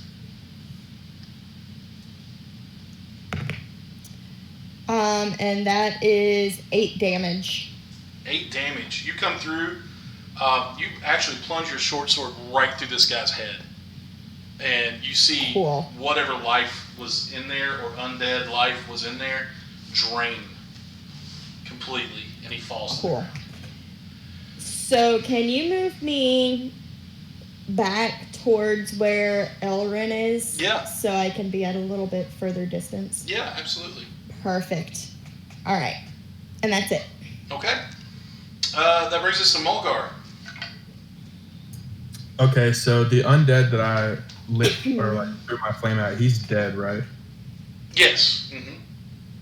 And so now we only have those 2 wolves in the front of our party. Correct. No, there's another zombie right in Another front zombie? of Enoch. Okay. I'm gonna do the same thing I did last turn, but I want to target one of the wolves. I guess whichever one is closer to me. Okay, well, you've got one straight ahead of you. Sweet. Does a 7 hit? 7 does not hit, unfortunately. That's fine. That's you it. hurl your fire, and it goes right behind and hisses and sizzles in the muddy road in front of you. All right, Ellen Teal, you're up. All right. So I have 2 wolves and a zombie directly in front of me, correct? Yes. Yeah. All right. Zombie doesn't seem too preoccupied with you right now. Who doesn't? The zombie? Okay. And you said both wolves tried to bite me, right? Yes. Has one of them taken damage? No. Okay. Then I'll attack one of the wolves. Does a 13 hit? 13 does hit. Just hits. All right. That's 9 damage. Okay. You take a good chunk out of this wolf in front of you. Blood spurts as you bring down this your greatsword. Take a good hunk out of his back. Mm-hmm. Okay. Is that it for you? Yes, sir. Enoch, you're up. Try to stab the zombie again with my rapier. Go for it.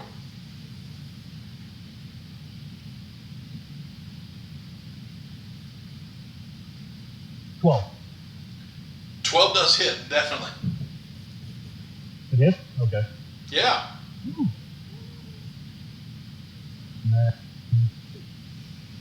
8 damage.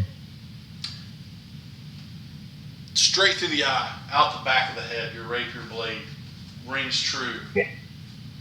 And you No, drop thanks. another zombie to the ground. At this And then point, I'll move forward next to. one more? Okay.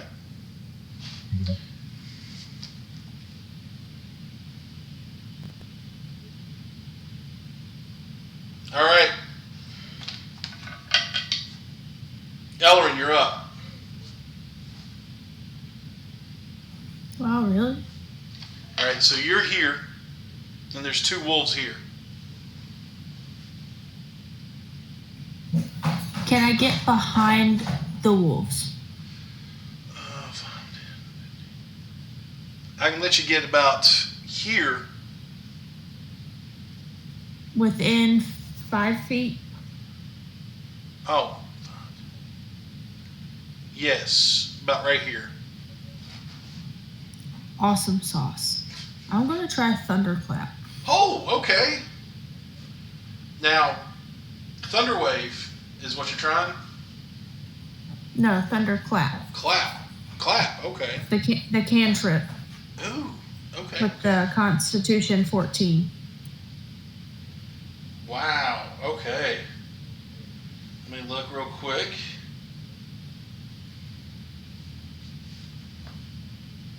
So that's a range of 5 feet. So actually, I'm going to bring you up here. You're going to get both of them. And they have to say, take Constitution save of... All right. Left and right. A 14? Yes. Yeah. One got a 10 and the other one got a 4. So roll your damage for both of them. Okay.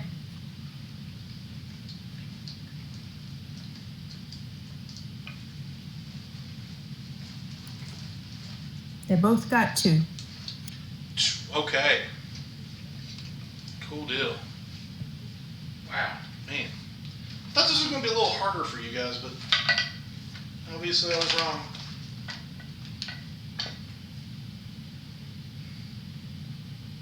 All right. As you all are standing there, you see two wolves, one injured, or both of them injured. And they look and they growl. And then on both of them, their ears perk up. and they look off into the distance. And they both disengage. So we go this way. And they run away into the woods and double dash out. And their movement is 40. So they run 80 feet away from you.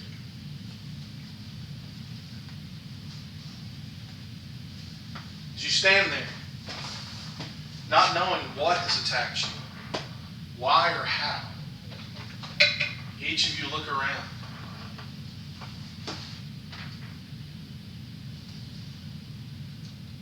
And you hear, coming out of the cloud, out of the fog from behind you,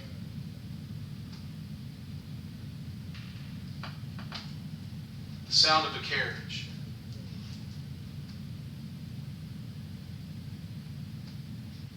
Drawn by what seems to be 2 horses.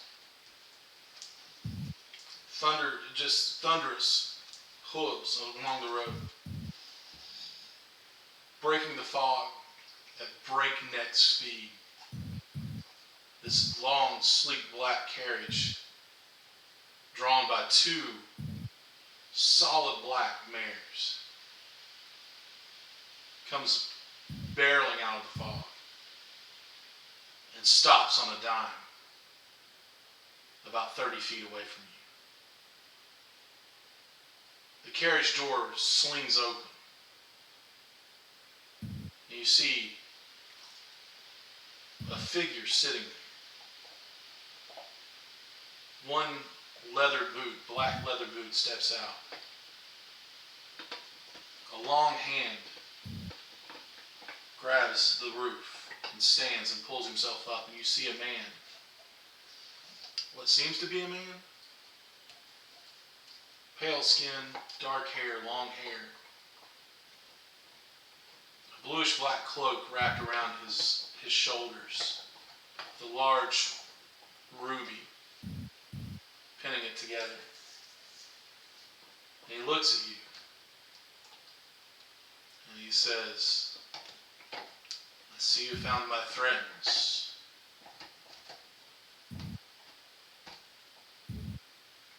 I'm glad they have welcomed you to our fold and to our land.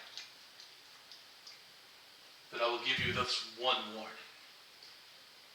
She is mine, and you can do nothing to stop me." And then he looks. And he looks past everyone, and he looks straight to Caleb. And he points.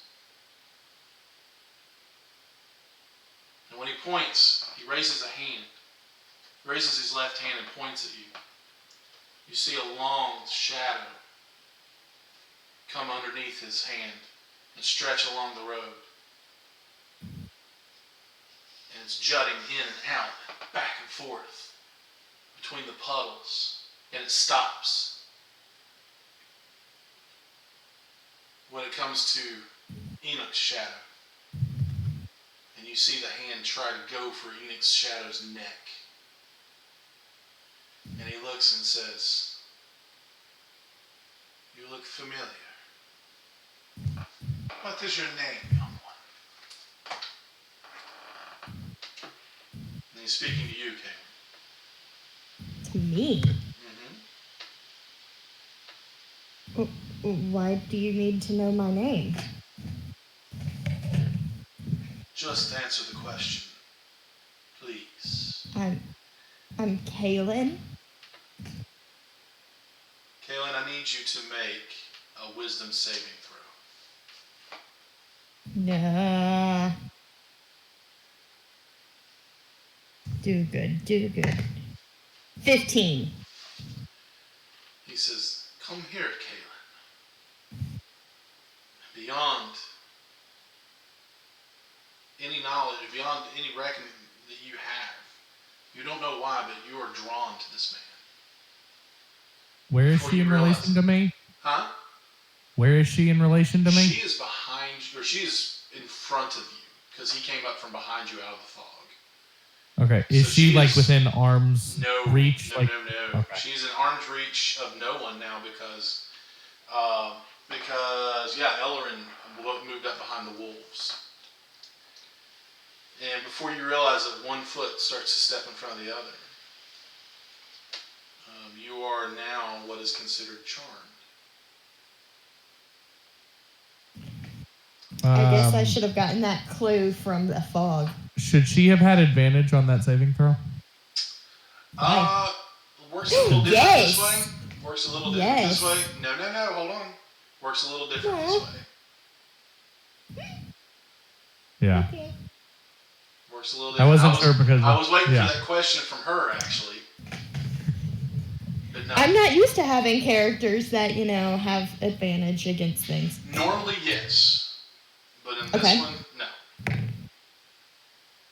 I have a question. Is she still moving forward? Oh, yeah. She's walking towards him. Can I cast Entangle? On what? On Kaylin? Sure.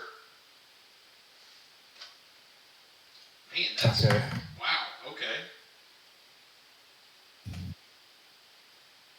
You must succeed on a strength saving throw.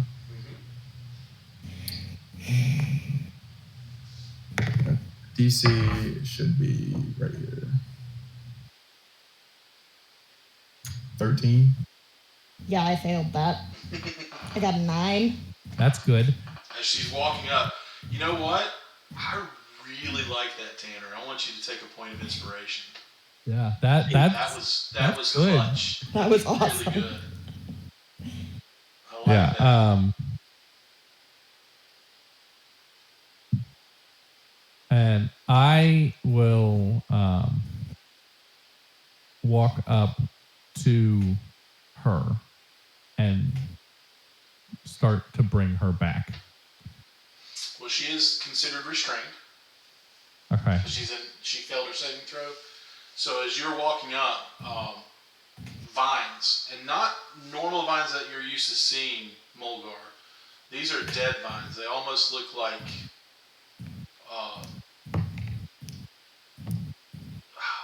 how can I explain this?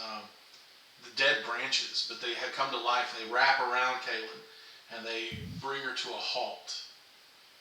And Kaylin, you realize you just want to go talk to this guy. I mean, he seems like a pretty nice guy. I mean, like maybe he can tell you where what's happening, where you're coming from, or where you are, I should say. I'm sorry. And as this happens, you go up to her.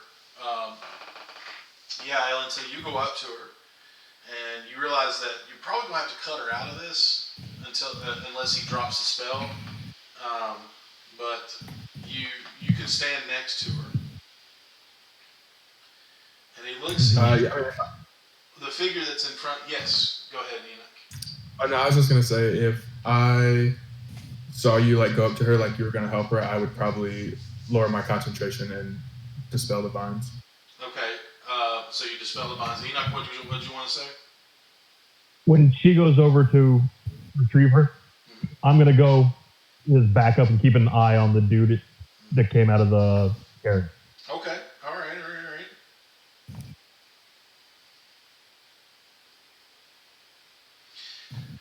Seeing this enrages this guy, and he jumps down from the carriage, and he looks at you and says, "You dare!" And he points to you, Mulgar, and he goes, "You are nothing but an insignificant little speck beneath my feet. But I tell you, you are smart, and I don't like that."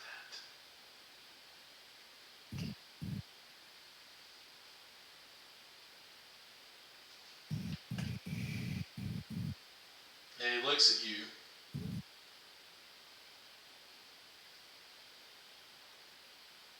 And it says, "But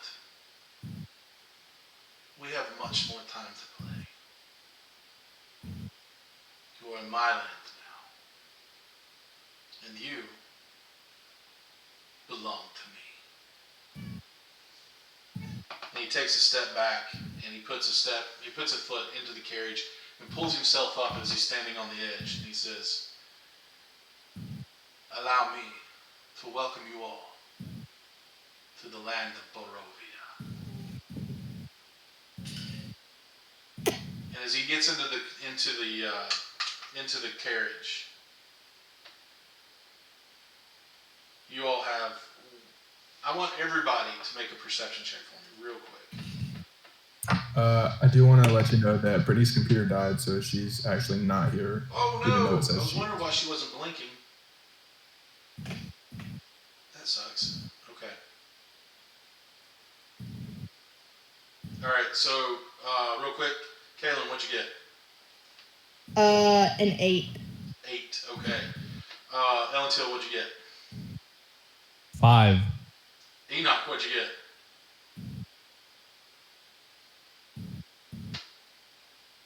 Oh, He didn't go too, did he? No, he's coming back. Okay. Go ahead and tell me what you got there, Mulgar. I got a 15. The 15? Okay. You actually notice as he's getting back in, there is another figure in this crate, or this carriage. Is crate. There. Okay, what'd you get there, Enoch? All right, perception. What ability again? Perception is wisdom. I got a 19. 19. Both you and Mulgar notice that there is another figure in this carriage, and she actually it's a she. She's sitting there in a long red dress, but she has a strange skeletal mask over her face, and she looks at him and looks at actually past you all to Kaylin, and her shoulders slump a little. She sits back in the carriage, and he says, the man looks at you each and says, "Allow me to introduce myself. I'm Strahd von Zarvich. I'm sure we'll be seeing you again." And the swift motion, the blink of an eye, he's back in his carriage. And you see the carriage driver dressed in all black look up, fiery red eyes, and he yanks the reins to the left and gives a "ah!" and he snaps them, and they take off in a wide arc back into the fog, leaving you all standing there with a welcome to Barovia. And that's where we'll end tonight. Okay, I have a real quick question. Go for it. The carriage driver. Yes. Were his eyes, were they just red, or were they actually like fiery? They were red, and they were streaking as he pulled off. Okay. Yeah, not fiery, but they were red. Okay. Yeah, as he's leaving. The streak of color is Yes. answered my question. All right. Anybody got any questions? Not at this time. But None Why of do us? my dice hate me? Right. are we gonna have a chance to heal at any point?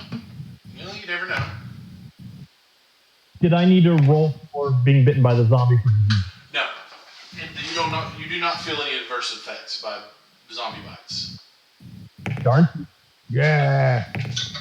You don't get to be undead, Kenny.